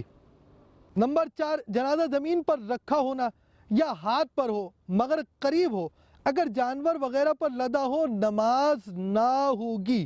نمبر 5، جنازہ نمازی کے آگے قبلے کو ہونا، اگر نمازی کے پیچھے ہوگا نماز صحیح نہ ہوگی۔ نمبر 6، میت کا وہ حصہ بدن جس کا چھپانا فرض ہے چھپا ہونا۔ نمبر 7، میت امام کے سامنے ہو، یعنی اگر میت ایک ہے تو اس کا کوئی حصہ بدن امام کے سامنے ہو، اور چند ہو تو کسی ایک کا حصہ بدن امام کے سامنے ہونا کافی ہے۔ ان شرائط کی کچھ تفصیل۔ میت سے مراد وہ ہے جو زندہ پیدا ہوا پھر مر گیا، لہذا بچہ اگر مردہ پیدا ہوا تو اس کی نماز جنازہ نہ پڑھی جائے۔ بدن پاک ہونے سے یہ مراد ہے کہ اسے غسل دیا گیا ہو یا غسل ناممکن ہونے کی صورت میں تیمم کرایا گیا ہو، اور کفن پہنانے سے پیشتر اس کے بدن سے نجاست نکلی تو دھو ڈالی، اور بعد میں خارج ہوئی تو دھونے کی حاجت نہیں۔ اور کفن پاک ہونے کا یہ مطلب ہے کہ پاک کفن پہنایا جائے، اور بعد میں اگر نجاست خارج ہوئی اور کفن آلودہ ہوا تو حرج نہیں۔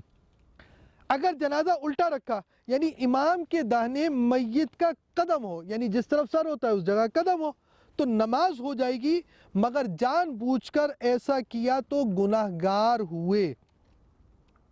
مزید مدنی پھول، نماز جنازہ میں امامت کا حق بادشاہ اسلام کو ہے، پھر قاضی کو، پھر امام جمعہ کو، پھر امام محلہ، پھر ولی خاص قسم کے رشتہ دار کو۔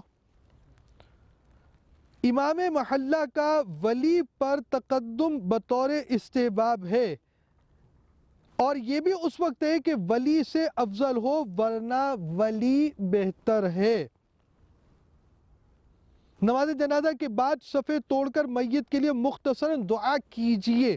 حدیث پاک میں بھی جنازہ پڑھ کر دعا کی ترغیب دلائی گئی، چنانچہ حضرت سیدنا ابو ہریرہ رضی اللہ تعالیٰ عنہ سے روایت ہے کہ سرکار مدینہ قرار قلب و سینہ صلی اللہ تعالیٰ علیہ وآلہ وسلم نے فرمایا جب تم میت پر نماز پڑھو تو اس کے لیے خلوص دل سے دعا کرو۔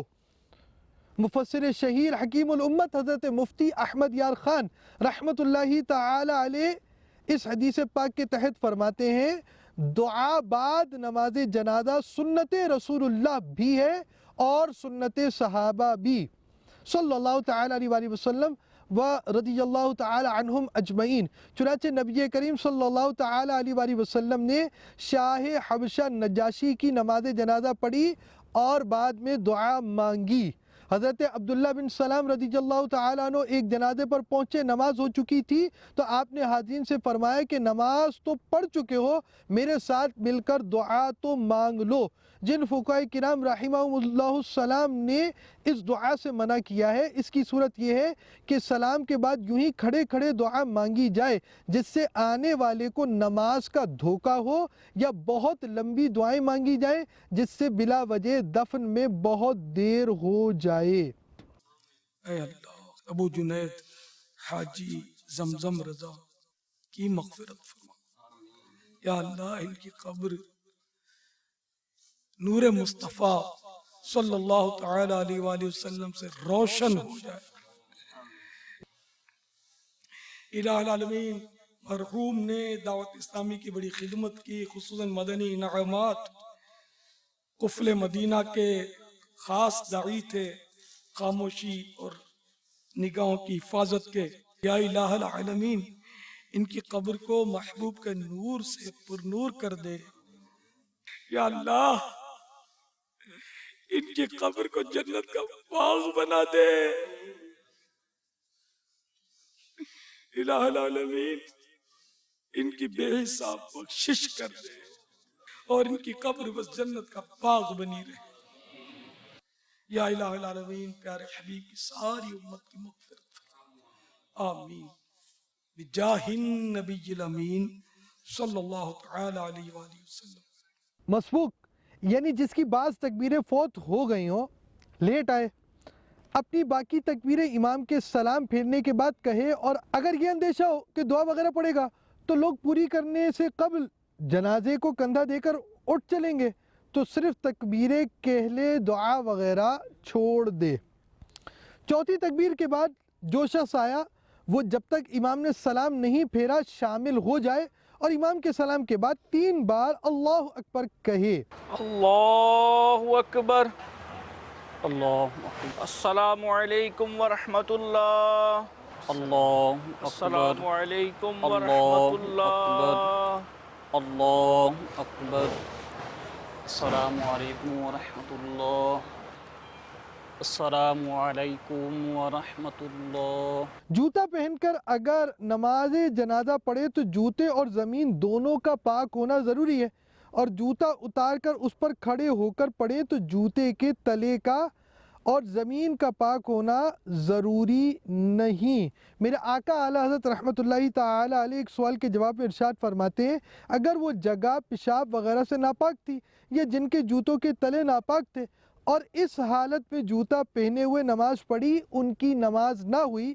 احتیاط یہی ہے کہ جوتا اتار کر اس پر پاؤں رکھ کر نماز پڑھی جائے کہ زمین یا تلا اگر ناپاک ہو تو نماز میں خلل نہ آئے۔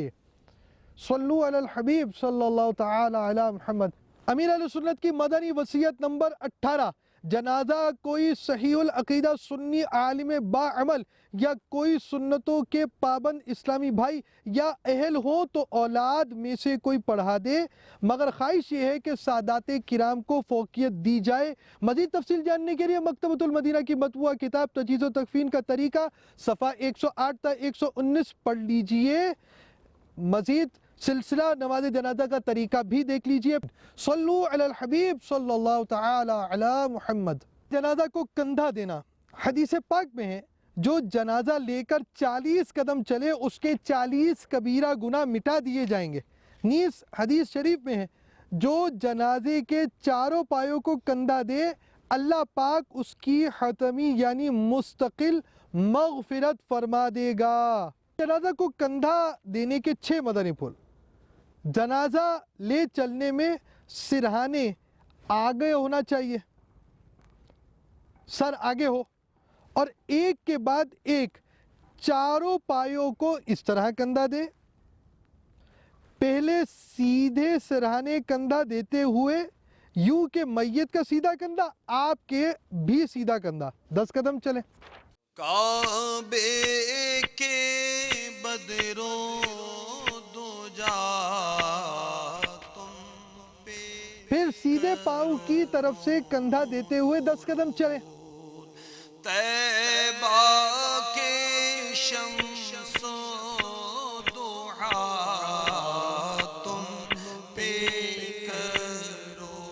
اسی طرح الٹے سرانے کندھا دیتے ہوئے 10 قدم چلیں. کرو ٹھنڈا میرا آقا دل کرو ٹھنڈا. اور پھر الٹے پاؤں کی طرف کندھا دیتے ہوئے 10 قدم چلیں. ٹھنڈا میرا وہ کفی پا چاند سا. چاہیں تو یوں اعلان کر دیجئے ہر پائے کو کندھے پر لیے 10 قدم چلیں. مزید مدنی پھول. سنت یہ ہے کہ یکے بعد دیگرے چاروں پایوں کو کندھا دے اور ہر بار 10 قدم. پوری سنت یہ ہے کہ پہلے سیدھے سرانے کندھا دے، پھر سیدھی پائنتی، پھر الٹے سرانے، پھر الٹی پائنتی، سر اور پیر کی طرف 10 قدم چلے تو کل 40 قدم ہوئے. بعض لوگ جنازے کے جلوس میں اس طرح اعلان کرتے ہیں 2 قدم 2 قدم. چلو ان کو چاہیے کہ اس طرح اعلان کیا کرے 10 قدم چلو. چھوٹے بچے کا جنازہ اگر ایک شخص ہاتھ پر اٹھا کر لے چلے تو حرج نہیں، اور یکے بعد دیگرے لوگ ہاتھوں میں لیتے رہیں. عورتوں کو بچہ ہو یا بڑا کسی کے بھی جنازے کے ساتھ جانا منع ہے. امیر اہل سنت کی مدنی وصیت نمبر 16، جنازہ لے کر چلتے وقت بھی تمام سنتیں ملحوظ رکھیں. مدنی وصیت نمبر 17، جنازے کے جلوس میں سب اسلامی بھائی مل کر امام اہل سنت رضی اللہ تعالی عنہ کا قصیدہ درود کعبے کے بدر الدجا تم پر کروڑوں درود پڑھیں. کعبے کے بدرو دجا تم پہ کروڑوں درود. طیبہ کے شمس و ضحا تم پہ کروڑوں درود. اس کے علاوہ بھی نعتیں وغیرہ بھی پڑھیں، مگر صرف اور صرف علماء اہل سنت ہی کا کلام پڑھا جائے. مزید تفصیل جاننے کے لیے مکتبۃ المدینہ کی مطبوعہ کتاب تجہیز و تکفین کا طریقہ صفحہ 119 تا 122 پڑھ لیجئے. سلسلہ نماز جنازہ کا طریقہ دیکھ لیجئے. قبر کتنی قسم کی ہے؟ حضرت سیدنا برا بن عازب رضی اللہ تعالی عنہ فرماتے ہیں ہم سرکار مدینہ صلی اللہ تعالی علیہ وآلہ وسلم کے ہمراہ ایک جنازے میں شریک تھے. آپ صلی اللہ تعالی علیہ وآلہ وسلم قبر کے کنارے بیٹھے اور اتنا روئے کہ آپ کی چشمان اقدس یعنی پاکیزہ آنکھوں سے نکلنے والے آنسوؤں سے مٹی نم یعنی گیلی ہو گئی. پھر فرمایا اس قبر کے لیے تیاری کرو. میت کو دفن کرنا فرض کفایہ ہے، اور دفن کرنے سے یہ مراد ہے کہ گھڑا کھود کر اس میں میت رکھے اور اوپر تختے لگا کر مٹی بھر دیں. یہ جائز نہیں کہ میت کو زمین پر رکھ دیں اور چاروں طرف سے دیوار قائم کر کر بند کر دیں. قبر کی قسمیں. بناوٹ کے اعتبار سے قبر کی 2 قسمیں. نمبر 1 لحد یعنی بغلی قبر. مدینہ پاک میں لحد ہوتی ہے. لحد اسے بغلی قبر بھی کہتے ہیں. اس کی تیاری کرنے کا طریقہ یہ ہے کہ صندوق نما گڑھا کھود کر اس میں قبلے کی طرف دیوار میں اتنی جگہ کھودیں جس میں میت کو بآسانی رکھا جا سکے. خیال رہے لحد صرف سخت زمین میں ہی بنتی ہے، نرم زمین میں نہیں بن سکتی. یہ دیکھیے یہ جیسے حصہ ہے قبر کا اوپر کا اور یہ حصہ نیچے کا. نیچے والا یہ حصہ یہاں تک آپ سمجھیں آپ نے کھودنا ہے. اوپر والا نہیں کھودے گا، صرف نیچے والا حصہ اتنے حصے میں کھد گیا اور میت یوں اتر کر اندر کی طرف رکھی جائے گی. پاک و ہند میں چونکہ اس طرح زمین مٹی ہوتی ہے کچی، تو اگر آپ یوں کھودیں گے تو یہ مٹی گر جائے گی. لہذا پاک و ہند میں لحد یوں نہیں بنے گی. لحد بننے کے لیے آپ یوں سمجھے ہم نے پہاڑ کاٹا ہوا ہے, تو پہاڑ میں سے اگر ہم نے یہ حصہ یوں کاٹیں گے تو پہاڑ نیچے نہیں گرے گا. تو اب یہ لحد بنے گی جہاں زمین سخت ہوتی ہے, پہاڑ کی طرح سمجھ لیجئے ہوتی ہے, وہاں پر آپ لحد بنا سکتے ہیں, نرم زمین پر نہیں بنا سکتے. مبلغ دعوت اسلامی کے جنہیں بقی شریف میں مدینہ پاک میں لحد نصیب ہوئی, آئیے ان کا مدنی گلدستہ دیکھتے ہیں. دل سے کر دے چاندنا یا رب. عرفان بھائی کا مبلغانہ کردار کئی کفار کے دامن اسلام میں آنے کا سبب بنا. فیضان مدینہ موزمبیق کے تعمیراتی کاموں کے دوران بھی ایک غیر مسلم مزدور ان کے مبلغانہ کردار سے متاثر ہو کر مشرف با اسلام ہوا. وہ اللہ سے میری فون پر بات ہوئی, بس وہ یہی کہہ رہے تھے, عرفان بھائی بس یہی کلام پڑھ رہے تھے, یا اللہ مجھے یہاں سے واپسی نہیں جانا. وہ اللہ سے بات کرتے کرتے انہوں نے اسی ٹائم قبلہ شریف کی طرف منہ کیا, کلمہ شہادت پڑھا, اور بس وہیں دعوت اسلامی کی قیوم سارے جہاں میں مچ جائے دھوم, سارے جہاں میں مچ جائے دھوم.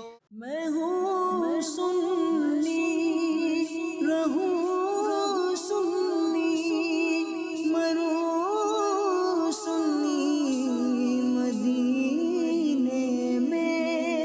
میں ہوں سنی رہوں سنی مروں سنی مدینے میں. بقیے پاک میں بن جائے تربت یا رسول اللہ. بقیے پاک میں بن جائے تربت یا رسول اللہ. صلو علی الحبیب صلی اللہ تعالی علی محمد. دوسری قسم شق یعنی صندوق. یہ صندوق نما گھڑا کھود کر تیار کی جاتی ہے, اور عام طور پر ہمارے ممالک میں یہی رائج ہے.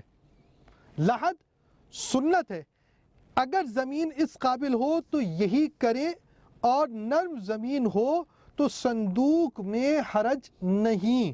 ہمارے عام طور پر جو قبر بنتی ہے, قبر میں اس انداز سے ایک گھڑا ہوتا ہے, یعنی مستطیل میں, مستطیل مینز ریکٹینگل شیپ کے اندر ریکٹینگل شیپ جیسا کہ آپ یہ دیکھ رہے ہیں یہاں پر بنایا گیا ہے. یہاں ایک مدنی پھول یاد رکھیے, قبر کی لمبائی کے تعلق سے یہ ہے, اس سے مراد یہ ہے کہ لحد یا صندوق اتنا ہو, یہ نہیں کہ جہاں سے کھودنی شروع کی وہاں سے آخر تک یہ مقدار ہو. قبر کی لمبائی جوڑائی کتنی ہو, آئیے دیکھتے ہیں امیر اہل سنت کا مدنی گلدستہ, اور ساتھ ساتھ اس مدنی گلدستے سے کیا فائدہ حاصل ہوا, آئیے دیکھتے ہیں. بعض قبرستانوں میں میت کی تدفین کے لیے زمین میں گہری قبر نہیں کھودی جا رہی, بلکہ 1 یا 1.5 فٹ کھدائی کرنے کے بعد اس میں بلاک کی دیوار اٹھا کر قبر بنائی جا رہی ہے. یوں قبر کی گہرائی زمین میں نہیں بلکہ قبر کا 2/3 حصہ سطح زمین سے بلند ہے. البتہ بعد میں سائڈوں سے مٹی کے ذریعے سطح زمین سے بلند دیوار کو چھپا دیا جاتا ہے. ایسا کرنا کیسا؟ کیا یہ طریقہ کار شریعت مطہرہ سنت کے مطابق ہے؟ جواب سے نواز دیجیے. بدقسمتی سے آج کل یہ سلسلہ چل نکلا ہے, تو سماجی ادارے جو چلاتے ہیں ان کے ذمہ داران بھی اس کے جواب کو سنیں. دیگر علماء کرام بھی ذہن نصیب یہ مسئلہ بیان کرنا شروع کریں کہ یہ خرابی آ چکی ہے قبرستانوں میں. خود باب المدینہ میں یہ خرابی آ چکی ہے. حضرت سیدنا عبداللہ ابن عباس رضی اللہ تعالی عنہما سے روایت نبی کریم رؤوف الرحیم علیہ افضل الصلاۃ والتسلیم نے ارشاد فرمایا, جب تم میں سے کسی کا انتقال ہو جائے تو اسے اچھا کفن دو اور اس کی وصیت جلد پوری کرو. اس کے لیے گہری قبر کھودو. صحابہ کرام علیہ مردوان کا نہ صرف اپنا عمل اس سنت پر تھا بلکہ اپنے بعد اپنے ورثاء و لواحقین کو بھی اسی کی وصیت فرمایا کرتے تھے. جیسا کہ خلیفہ دوم حضرت سیدنا فاروق اعظم رضی اللہ تعالیٰ عنہ نے وصیت فرمائی کہ ان کی قبر کو قد برابر گہرا اور کشادہ بنایا جائے. یوں ہی حضرت سیدنا موسیٰ اشعری رضی اللہ تعالیٰ عنہ نے بوقت وفات اپنے بیٹوں کو وصیت کی کہ قبر گہری اور وسیع یعنی کھلی کشادہ کھودو، اور ان کے بیٹوں نے ان کی وصیت پر عمل کرتے ہوئے ایسا ہی کیا. اب سوال میں جو کہا گیا بالکل خلاف سنت ہے اور امت مسلمہ کے متواتر عمل کے بھی خلاف، یعنی مسلسل یہ عمل چلا آ رہا تھا مسلمانوں میں. اب بعض جگہ یہ سنت جو یہ مٹائی جا رہی ہے، اور اس طرح قبریں بنانے کی جو شرعی حکمتیں اور مقاصد ہیں وہ بھی پورے نہیں ہو رہے کہ قبر کو زلزلے اور بارش میں گرنے دب جانے کا خطرہ رہتا ہے. نیز جانور اور مردہ چور لوگوں سے بھی میت کی حفاظت ہونی چاہیے. تو یہ دیوار کے ذریعے جو بنائی جا رہی نا، اس میں زلزلہ آیا، جھٹکا آیا، یہ دیواریں گری مردہ بار، بارش آئی دیوار گری مردہ بار، جانور تھوڑا سا بھی سوراخ پڑ گیا اس میں، ایک آدھ اینٹ نکل گئی، ایک آدھ دیوار گر گئی، مردہ پڑا ہوا جانور اس کو نوچے گا. تو اس میں یہ خرابیاں ہیں. پھر جو لاشوں کے چور ہوتے ہیں، لاشیں بھی بکتی ہیں، ان لوگوں کے مزے، کفن چوروں کے مزے، پھر بدبو اس کی پھیلتی ہے تو اس سے بیماریاں جنم لیتی ہیں. قبر کی سب سے بہتر سائز ہے کہ پورے قد کے برابر گہری وہ قبر، یہ بہتر ہے. لیکن شاید آپ نے کہیں بھی نہیں دیکھی ہوگی کہ اس پر عمل ہوتا ہو، الا ماشاء اللہ کہیں عمل ہوتا ہو تو. اور بیٹر سینے تک گہری ہو اور گڈ آدھے قد تک ہو، اب اس کے بعد کچھ نہیں ہے. بہترین جو ہے سب سے فرسٹ جو ہے وہ پورا قد، اور اس کے بعد یا تو سینے تک ہو، مگر بہتر وہی تھی پورے قد کی، ورنہ کم از کم آدھے قد تک تو ہو. لیکن اب تو فٹ 1.5 فٹ میں ہی بس ایک کھڈیا کھود کے اس میں رکھ دیتے ہیں بیچارے کو. اس سے بچنا ضروری ہے، اور جو بھی ایسا کرتے ہیں وہ مہربانی کر کے اس سے بچیں. ارباب اقتدار بھی اگر کوشش کریں، انتظامیہ، تو اللہ کرے کہ یہ بھی ثواب کے حقدار ہوں گے کہ اس پر بالکل کوئی آرڈر جاری کریں. بعض باتوں پر یہ آرڈر جاری کرتے رہتے ہیں تو اس پر بھی کر دیں کہ اس سنت کو بھی زندہ، اور قانونی پابندی اس طرح کی جہاں بھی ہو تو وہاں مطلب یہ لوگ قانونی کاروائی کریں اس پر، انتظامیہ جو ہے ہماری گورنمنٹ. تو اس طرح یہ برائی ختم ہوگی، اور جو جو اس بری بدعت کو ختم کرے گا اور سنت کو جاری کرے گا، انشاءاللہ 100 شہیدوں کا اس کو ثواب ملے گا. دعوت اسلامی کی مجلس تجہیز و تکفین کے ذمہ دار اسلامی بھائی نے متعلقہ ادارے کے ڈائریکٹر کو امیر اہل سنت دامت برکاتہم العالیہ کی جانب سے غیر شرعی قبر سے متعلق ایک بیان دکھایا اور ساتھ ہی ساتھ ان غیر شرعی قبروں کی نشاندہی کی. تو باب المدینہ کراچی کے قبرستان کے ڈائریکٹر نے دعوت اسلامی کی مجلس کی کاوشوں کو سراہتے ہوئے ہاتھوں ہاتھ اس طرح کی غیر شرعی قبروں کی روک تھام کے لیے حکم نامہ جاری کیا. جس طرح کہ آپ نے بتایا کہ قبر کی کھدائی جو ڈیپنیس ہے اس کی کتنی ہونی چاہیے، امیر اہل سنت جو ہے انہوں نے جس طرح بات بیان کی ہے، اور واقعی شرعن جو بھی ہے وہ بہتر جانتے ہیں، اور ہم لوگوں کو اتنا شرعی طور پہ واقف نہیں تھے. تو جس طرح کہ آپ نے کہا کہ قبر کی چاہیے کھدائی ہونی چاہیے، تو انشاءاللہ تعالی ہم اس پہ ابھی آپ کے سامنے ہی ہم نے آرڈر بنوانے کے لیے دیا کہ شرعن جو بھی ہے فارمیلٹی اس کو پوری کی جائے. اور ہم تو ان کے بے حد ممنون اور مشکور ہیں کہ انہوں نے ہمیں کسی نشاندہی کی اور ہمیں مدد گناہوں کی طرف سے روکا ہے. تجہیز تکفین کا جو آپ کا یہ ادارہ ہے اس کے ہم کاوشوں کو سراہتے ہیں، اور انشاءاللہ تعالی ہم آپ سے وقتاً فوقتاً رہنمائی بھی حاصل کرتے رہیں. میت کو دفن کرنا، فرمان مصطفیٰ صلی اللہ تعالی علیہ وآلہ وسلم، جسے کسی جنازے کی خبر ملے وہ اہل میت کے پاس جا کر ان کی تعزیت کرے، اللہ پاک اس کے لیے 1 قرات ثواب لکھے. پھر اگر جنازے کے ساتھ جائے تو اللہ پاک 2 قرات اجر لکھے.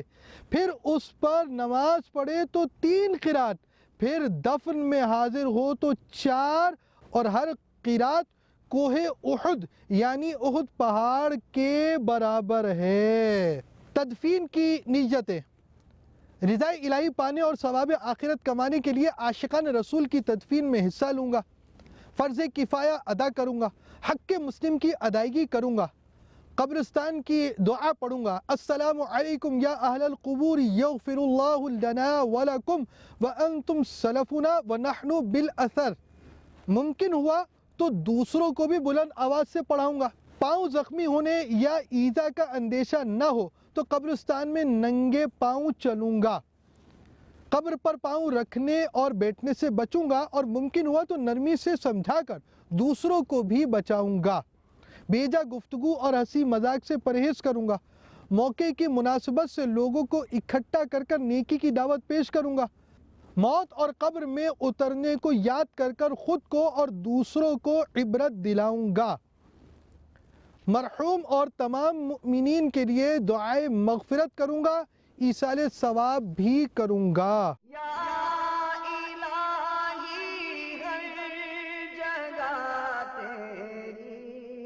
عطا کا ساتھ ہو یا الہی، ہر جگہ تیری عطا کا ساتھ ہو، جب پڑے مشکل شہ مشکل کشا کا ساتھ ہو۔ تدفین کے 17 مراحل۔ نمبر 1، قبرستان میں دفن کے لیے ایسی جگہ لینا جہاں پہلے قبر نہ ہو۔ 2، قبر کی لمبائی میت کے قد سے کچھ زیادہ اور چوڑائی آدھے قد اور گہرائی کم سے کم نصف یعنی آدھے قد کی، اور بہتر یہ ہے کہ گہرائی بھی قد کے برابر رکھی جائے۔ قبر میں اینٹوں کی دیوار بنی ہو تو میت لانے سے پہلے قبر اور سلیبوں کا اندرونی حصہ مٹی کے گارے سے اچھی طرح لیپنا۔ نمبر 4، اندرونی تختوں پر یاسین شریف، سورۃ الملک اور درود تاج پڑھ کر دم کرنا۔ 5، چہرے کے سامنے دیوار قبلہ میں طاق بنا کر عہد نامہ، شجرہ شریف وغیرہ تبرکات رکھنا۔ آپ دیکھ رہے ہیں کہ پہلے ہم نے کچھ اس کو ٹھوکا، پھر ہم نے مٹی کے ساتھ اس کی کچھ جگہ بنا کر ایسے رکھ دیا کہ یہاں پر عہد نامہ وغیرہ چیزیں رکھیں۔ اگر میت یہاں پر ہو اس کی طرف، یہ دیوار جو ہے قبلہ رخ ہے تو ہم نے قبلے کی طرف یہ دیوار میں کچھ طاق بنایا ہے، اور یہاں پر ہم مقدس تحریریں وغیرہ رکھ سکتے ہیں، یہ اس لیے بنایا جاتا ہے۔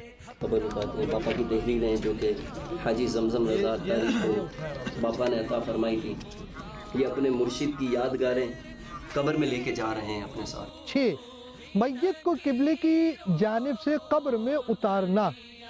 7، عورت کی میت کو اتارنے سے لے کر تختہ لگانے تک کسی کپڑے سے چھپائے رکھنا۔ 8، قبر میں اتارتے وقت کی دعا پڑھنا، بسم اللہ و باللہ وعلی ملت رسول اللہ۔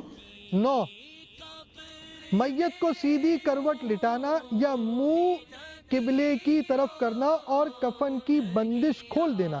میت لانے سے پہلے ہی قبر میں نرم مٹی یا ریتے کا تکیہ سا بنا لینا چاہیے اور اس پر ٹیک لگا کر میت کو سیدھی کروٹ لٹائیں۔ یہ نہ ہو سکے تو چہرہ بآسانی جتنا ہو سکے قبلہ رخ کر دیں۔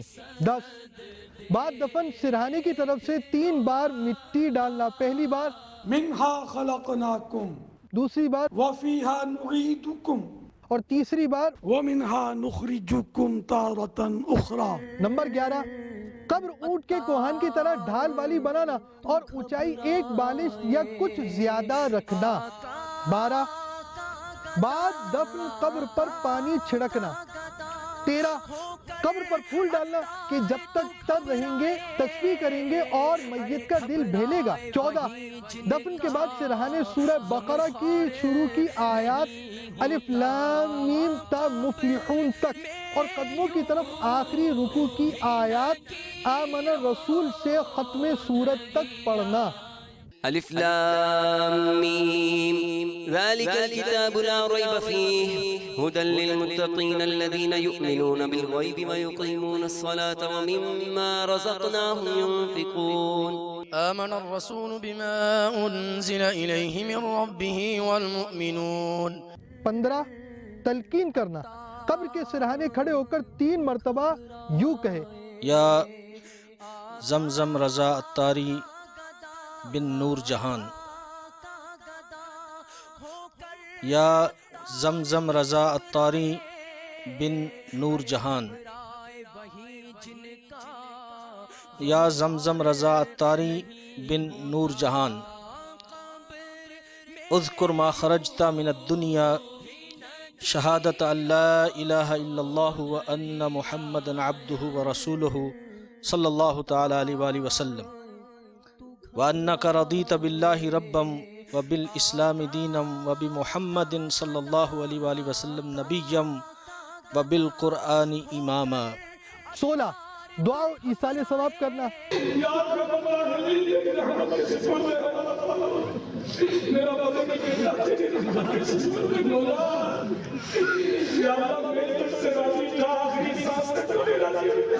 آمین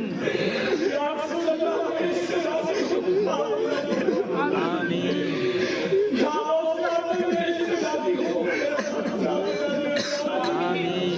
17 قبر کے سرہانے قبلہ رو کھڑے ہو کر اذان دینا۔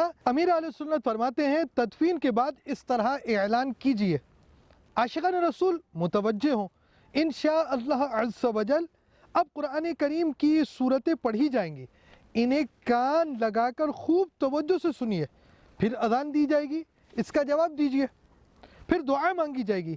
مرحوم یا مرحومہ کی قبر کی پہلی رات ہے، یہ سخت آزمائش کی گھڑی ہوتی ہے۔ مردود شیطان قبر میں بہکانے کی کوشش کرتا ہے۔ جب میت سے سوال ہوتا ہے مر ربو کا، یعنی تیرا رب کون ہے، تو شیطان اپنی طرف اشارہ کر کر کہتا ہے کہہ دے کہ یہ میرا رب ہے۔ ایسے موقع پر اذان میت کے لیے نہایت نفع بخش ہوتی ہے، کیونکہ اذان کی برکت سے میت کو شیطان کے شر سے پناہ ملتی ہے، اذان سے رحمت نازل ہوتی، میت کا غم ختم ہوتا، اس کی گھبراہٹ دور ہوتی، آگ کا عذاب ٹلتا اور عذاب قبر سے نجات ملتی ہے، نیز منکر نکیر کے سوالات کے جوابات یاد آ جاتے ہیں۔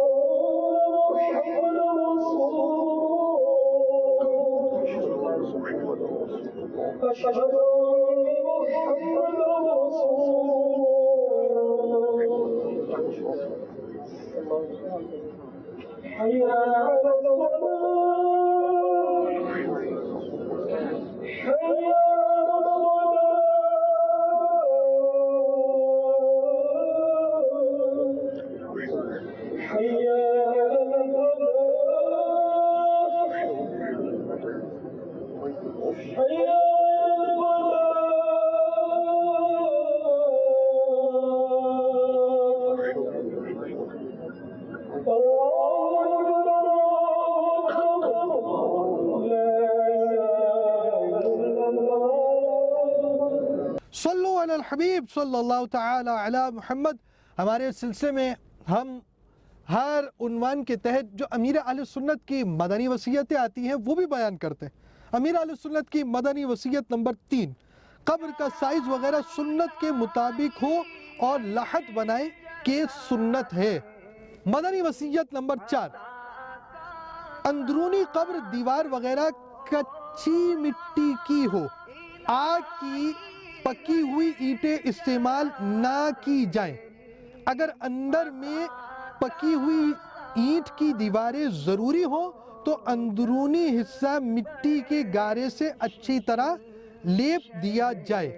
ہمارے عام طور پر جو پکی اینٹیں ہوتی ہیں وہ بنائی جاتی ہیں قبرستان میں. یہ ایسی زمین ہے, قبر ہے جہاں پر ہم نے کوئی پکی اینٹیں وغیرہ نہیں بنائی ہیں, اس کو صرف کھودا ہے. ایسی زمین ہے تو بہت اچھی بات ہے. اگر پکی اینٹوں کی واقعی ضرورت پڑتی ہے تو اینٹیں لگانے کے بعد اس پر لپائی کی جائے گی. امیر اہل سنت کی مدنی وصیت نمبر 5, ممکن ہو تو اندرونی تختوں پر یاسین شریف, سورۃ الملک وغیرہ پڑھ کر دم کر دیا جائے. مدنی وصیت نمبر 20, چہرے کی طرف دیوار قبلہ میں تاک بنا کر اس میں کسی پابند سنت اسلامی بھائی کے ہاتھ کا لکھا ہوا عہد نامہ, نقش نارین شریف, سبز گنبد شریف کا نقشہ, شجرہ شریف, نقش ہرکارہ وغیرہ تبرکات رکھیے. عہد نامہ مکتبۃ المدینہ سے ہدیتاً حاصل کیا جا سکتا ہے. مدنی وصیت نمبر 21, جنت البقیع میں اگر جگہ مل جائے تو زہر قسمت, ورنہ کسی ولی اللہ کے قرب میں یہ بھی نہ ہو سکے تو جہاں اسلامی بھائی چاہیں سپرد خاک کرے, مگر جائے غصب پر دفن نہ کرے کہ حرام ہے, قبضے کی جگہ پر دفن نہ کیا جائے. مزید تفصیل جاننے کے لیے مکتبۃ المدینہ کی مطبوعہ کتاب تجہیز و تکفین کا طریقہ صفحہ 127 تا 132, 127 to 132 اردو پڑھ لیجئے. امیر اہل سنت کی مدنی وصیت نمبر 22, قبر پر اذان دیجئے. مزید مدنی پھول حسب ضرورت 2 یا 3, اور بہتر یہ کہ قوی اور نیک آدمی قبر میں اترے. عورت کی میت محارم اتاریں, یعنی وہ جن سے اس عورت کا نکاح ہمیشہ کے لیے حرام تھا, جیسے بھائی, بیٹا, باپ وغیرہ. یہ نہ ہو تو دیگر رشتہ دار, یہ بھی نہ ہو تو پرہیزگاروں سے اتروائیں. قبر میں اتارتے وقت یہ دعا پڑھیں, بسم اللہ و باللہ و علی ملت رسول اللہ. بعد دفن قبر پر پانی چھڑکنا مسنون ہے. اس کے علاوہ بعد میں پودے وغیرہ کو پانی دینے کی غرض سے چھڑکے تو جائز ہے. بعض لوگ اپنے عزیز کی قبر پر بلا مقصد صحیح محض رسمی طور پر پانی چھڑکتے ہیں, یہ ناجائز اور اسراف ہے. شجرہ یا عہد نامہ قبر میں رکھنا جائز ہے, اور بہتر یہ کہ میت کے منہ کے سامنے قبلے کی طرف تاک کھود کر اس میں رکھیں. بلکہ در مختار میں کفن پر عہد نامہ لکھنے کو جائز کہا ہے, اور فرمایا ہے کہ اس سے مغفرت کی امید ہے, اور میت کے سینے اور پیشانی پر بسم اللہ الرحمن الرحیم لکھنا جائز ہے. ایک شخص نے اس کی وصیت کی تھی, انتقال کے بعد سینہ اور پیشانی پر بسم اللہ شریف لکھ دی گئی. پھر کسی نے انہیں خواب میں دیکھا, حال پوچھا, کہا جب میں قبر میں رکھا گیا عذاب کے فرشتے آئے. فرشتوں نے جب پیشانی پر بسم اللہ شریف دیکھی, کہا تو عذاب سے بچ گیا. یوں بھی ہو سکتا ہے کہ پیشانی پر بسم اللہ شریف لکھیں اور سینے پر کلمہ طیبہ لا الہ الا اللہ محمد رسول اللہ صلی اللہ تعالی علیہ وآلہ وسلم. اگر گورکن قبر میں تاک کی ترکیب نہ بنائے تو یہ تبرکات کفن کے اوپر رکھ سکتے ہیں. امیر اہل سنت کی مدنی وصیت نمبر 23, زہ نصیب کوئی سید صاحب تلقین فرما دے. حدیث پاک میں ہے, جب تمہارا مسلمان بھائی مرے, اس کو مٹی دے چکو, تو تم میں ایک شخص قبر کے سرہانے کھڑا ہو کر کہے یا فلاں ابن فلانا, وہ سنے گا اور جواب نہ دے گا. پھر کہے یا فلاں ابن فلانا, وہ سیدھا ہو کر بیٹھ جائے گا. پھر کہے یا فلاں ابن فلانا, وہ کہے گا ہمیں ارشاد کر, اللہ پاک تجھ پر رحم فرمائے, مگر اس کے کہنے کی خبر نہیں ہوتی. پھر کہے اذکر ما خرجت علیہ من الدنیا شہادتا لا الہ الا اللہ وان محمدا عبدہ ورسولہ صلی اللہ تعالی علیہ وآلہ وسلم وانک ردیت باللہ ربا وبالاسلام دینا وبمحمد صلی اللہ تعالی علیہ وآلہ وسلم نبیا وبالقرآن اماما. منکر نکیر ایک دوسرے کا ہاتھ پکڑ کر کہیں گے چلو ہم اس کے پاس کیا بیٹھیں جس سے لوگ اس کی حجت سکھا چکے. اس پر کسی نے عرض کیا یا رسول اللہ صلی اللہ تعالی علیہ وآلہ وسلم, اگر اس کی ماں کا نام معلوم نہ ہو, فرمایا تو حوا رحمت اللہ تعالی علیہ کی طرف نسبت کرے۔ امیر اہل سنت کی وصیت نمبر 9، کفن اگر آب زمزم یا آب مدینہ بلکہ دونوں سے تر کیا ہوا ہو تو سعادت ہے، کاش کوئی سید صاحب سر پر سبز امام شریف سجا دیں۔ مدنی وصیت نامہ صفحہ نمبر 4 حاشیہ نمبر 1، صرف علماء مشائخ کو با امامہ دفن کیا جا سکتا ہے، عام لوگوں کی میت کو مع امامہ دفنانا منع ہے۔ امیر اہل سنت کی مدنی وصیت نمبر 19، زہ نصیب سادات کرام اپنے رحمت بھرے ہاتھوں قبر میں اتار کر ارحم الراحمین کے سپرد کریں۔ مدنی وصیت نمبر 12، ہو سکے تو میرے اہل محبت میری تدفین کے بعد 12 روز تک، یہ نہ ہو سکے تو کم از کم 12 گھنٹے ہی صحیح میری قبر پر حلقہ کیے رہیں اور ذکر و درود اور تلاوت و نعت سے میرا دل بہلاتے رہیں، انشاءاللہ عز و جل نئی جگہ میں دل لگ ہی جائے گا۔ اس دوران بھی اور ہمیشہ نماز با جماعت کا اہتمام رکھیں۔ مفتی دعوت اسلامی کی جب قبر کھلی کیا ہوا؟ آئیے مدنی گلدستہ دیکھتے ہیں۔ مرد کلندر اور ایک زبردست اسلامی بھائی تھے، آئیے ان مناظر کو ایک بار دیکھتے ہیں۔ اور مجھے بس فاروق بھائی کی خبر پڑی اور مجھے فیصلہ کرنا مشکل ہو گیا کہ میں نے نگران پورا کر دیا کہ غصے سے تو کہا نہیں جائے کہ اس سے محبت کرتا۔ جبھی میلی نہیں ہوتی دہن میلا نہیں ہوتا۔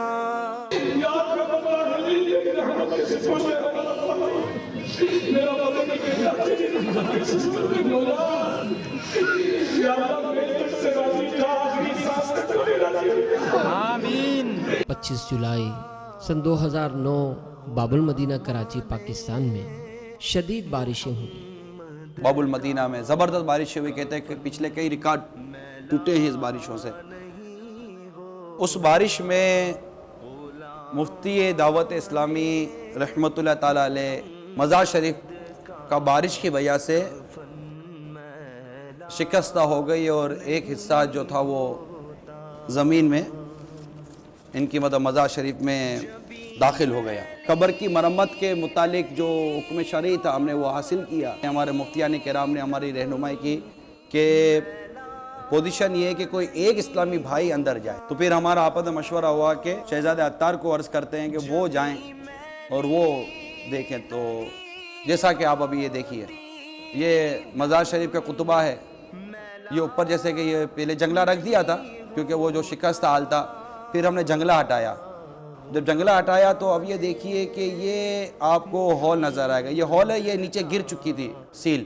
شہزادہ عبید رضا جب مزار شریف میں گئے، جیسا بھی آپ دیکھیں گے، یہ شہزادے مزار شریف میں، تو انہوں نے جب یہ سارا حال دیکھا تو پھر انہوں نے بتایا کہ یہ جو سیلیں ہیں یہ کسی وقت بھی گر سکتی ہیں، لیکن مزار شریف سے جسم نکالنے کی حاجت نہیں ہے، جسم اندر رہتے ہوئے بھی سیل تبدیل ہو جائے تو یہ معاملہ درست ہو جائے گا۔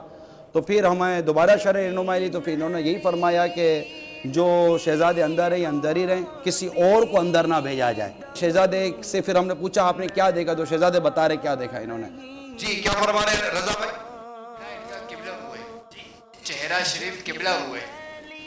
سبحان اللہ۔ ہمارے شہزادہ عطار فرما رہے ہیں کہ چہرہ ان کا قبلہ ہوئے۔ امام سے امام شریف پیشانی مبارک آتی، پیشانی مبارک کا ایک حصہ امام شریف اور ہلکی ہلکی سائڈ میں بالے زلفوں والے جو بالے ہیں وہ الحمدللہ ہمارے شہزادہ عطار دیکھ رہے ہیں۔ یہ مزار شریف کا منظر ہے، یہ شہزادے ہیں، اور یہ اب اندر کا منظر آپ دیکھ رہے ہیں۔ یہ آپ کو نشان، یہ امامہ شریف، یہ زلف شریف بال، اور یہ پیشانی ہے جو کیمرے میں بند کیا گیا، اور اس کو باقاعدہ وہاں جو ہزاروں اسلام بھائی جمع تھے وہ اسکرین پر دیکھ رہے تھے۔ یہ دیکھیں سائیڈ میں یہ دیکھیں، یہ اسکرین پر ایک شخص نظر آ رہے ہیں جو دکھا رہے ہیں کہ یہ پیشانی نظر، یہ دیکھیے یہ اسلام بھائی اشارہ کر رہے ہیں کہ اسکرین پر باقاعدہ مفتی فاروق کی پیشانی نظر آ رہی ہے۔ اب یہ منظر کیمرے میں جس طرح مطلب کہ محفوظ ہو سکا، حاجی رضا ماشاءاللہ جتنا لے سکے تو انہوں نے لیا، لیکن رضا بھائی نے بھی خود فرمایا کہ جو چمکتی دمکتی پیشانی میں نے دیکھی تھی وہ کیمرے میں بھی نہیں آئی۔ 3.5 سال کے بعد الحمدللہ مزار شریف میں ان کا امامہ، چہرہ، ہاتھ، سب کچھ دیکھنے والوں نے دیکھا، اور جو ہمارے کیمرے نے بند کیا وہ ابھی آپ نے بھی مدنی چینل پہ دیکھا۔ ایسی تحریک جس میں ایسی بہاریں آتی ہوں، کیا ہمیں شامل نہیں ہو جانا چاہیے اس کے مدنی کام؟ اور ایسا سلسلہ کہ جس میں امیر سنت کی غلامی سے ہمیں اعلیٰ حضرت کا دامن ملتا ہے، غوث پاک کا دامن ملتا ہے، ایسے سلسلے میں داخل ہونا چاہیے، ایسی تحریک کا کام کرنا چاہیے، اور کرتے رہنے میں ہی الحمدللہ دنیا آخرت کی برکتیں ہمیں نصیب ہو جاتی۔ تو تمام اسلام مدنی ماحول سے وابستہ ہو جائیں۔ دعوت اسلامی پر اللہ کا بہت کرم ہے، جبی میلی نہیں ہوتی، دہن میلا نہیں ہوتا۔ جبی میلی نہیں ہوتی، دہن میلا نہیں ہوتا، غلامان محمد کا کفن میلا نہیں ہوتا۔ محمد کا کفن میلا نہیں ہوتا، غلامان محمد کا کفن میلا نہیں ہوتا۔ جبھی میلی نہیں ہوتی، دہن میلا نہیں ہوتا۔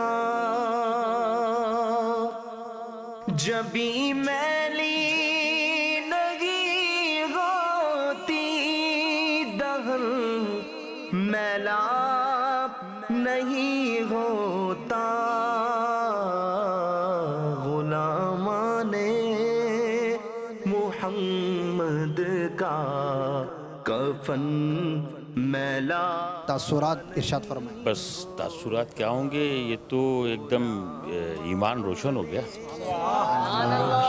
ہماری ایمان روشن ہو گیا اس ٹائم، ہمارے مرشد کا کرم ہے۔ اللہ کے ولی ہیں، وہ حیاتی رہتے ہیں۔ الحمدللہ یہ بہاریں جب آنکھیں وہ دیکھی بہاریں ہیں تو پھر اس کے بعد کیا چاہیے؟ مزید تفصیلات جاننے کے لیے مکتبۃ المدینہ کی مطبوعہ کتاب تجہیز و تکفین کا طریقہ صفحہ 123 تا 147 123 to 147 اردو پڑھ لیجئے۔ صلو علی الحبیب صلی اللہ تعالی علی محمد۔ جائے گا جب جہاں سے کچھ بھی نہ پاس ہوگا، 2 گز کفن کا کپڑا تیرا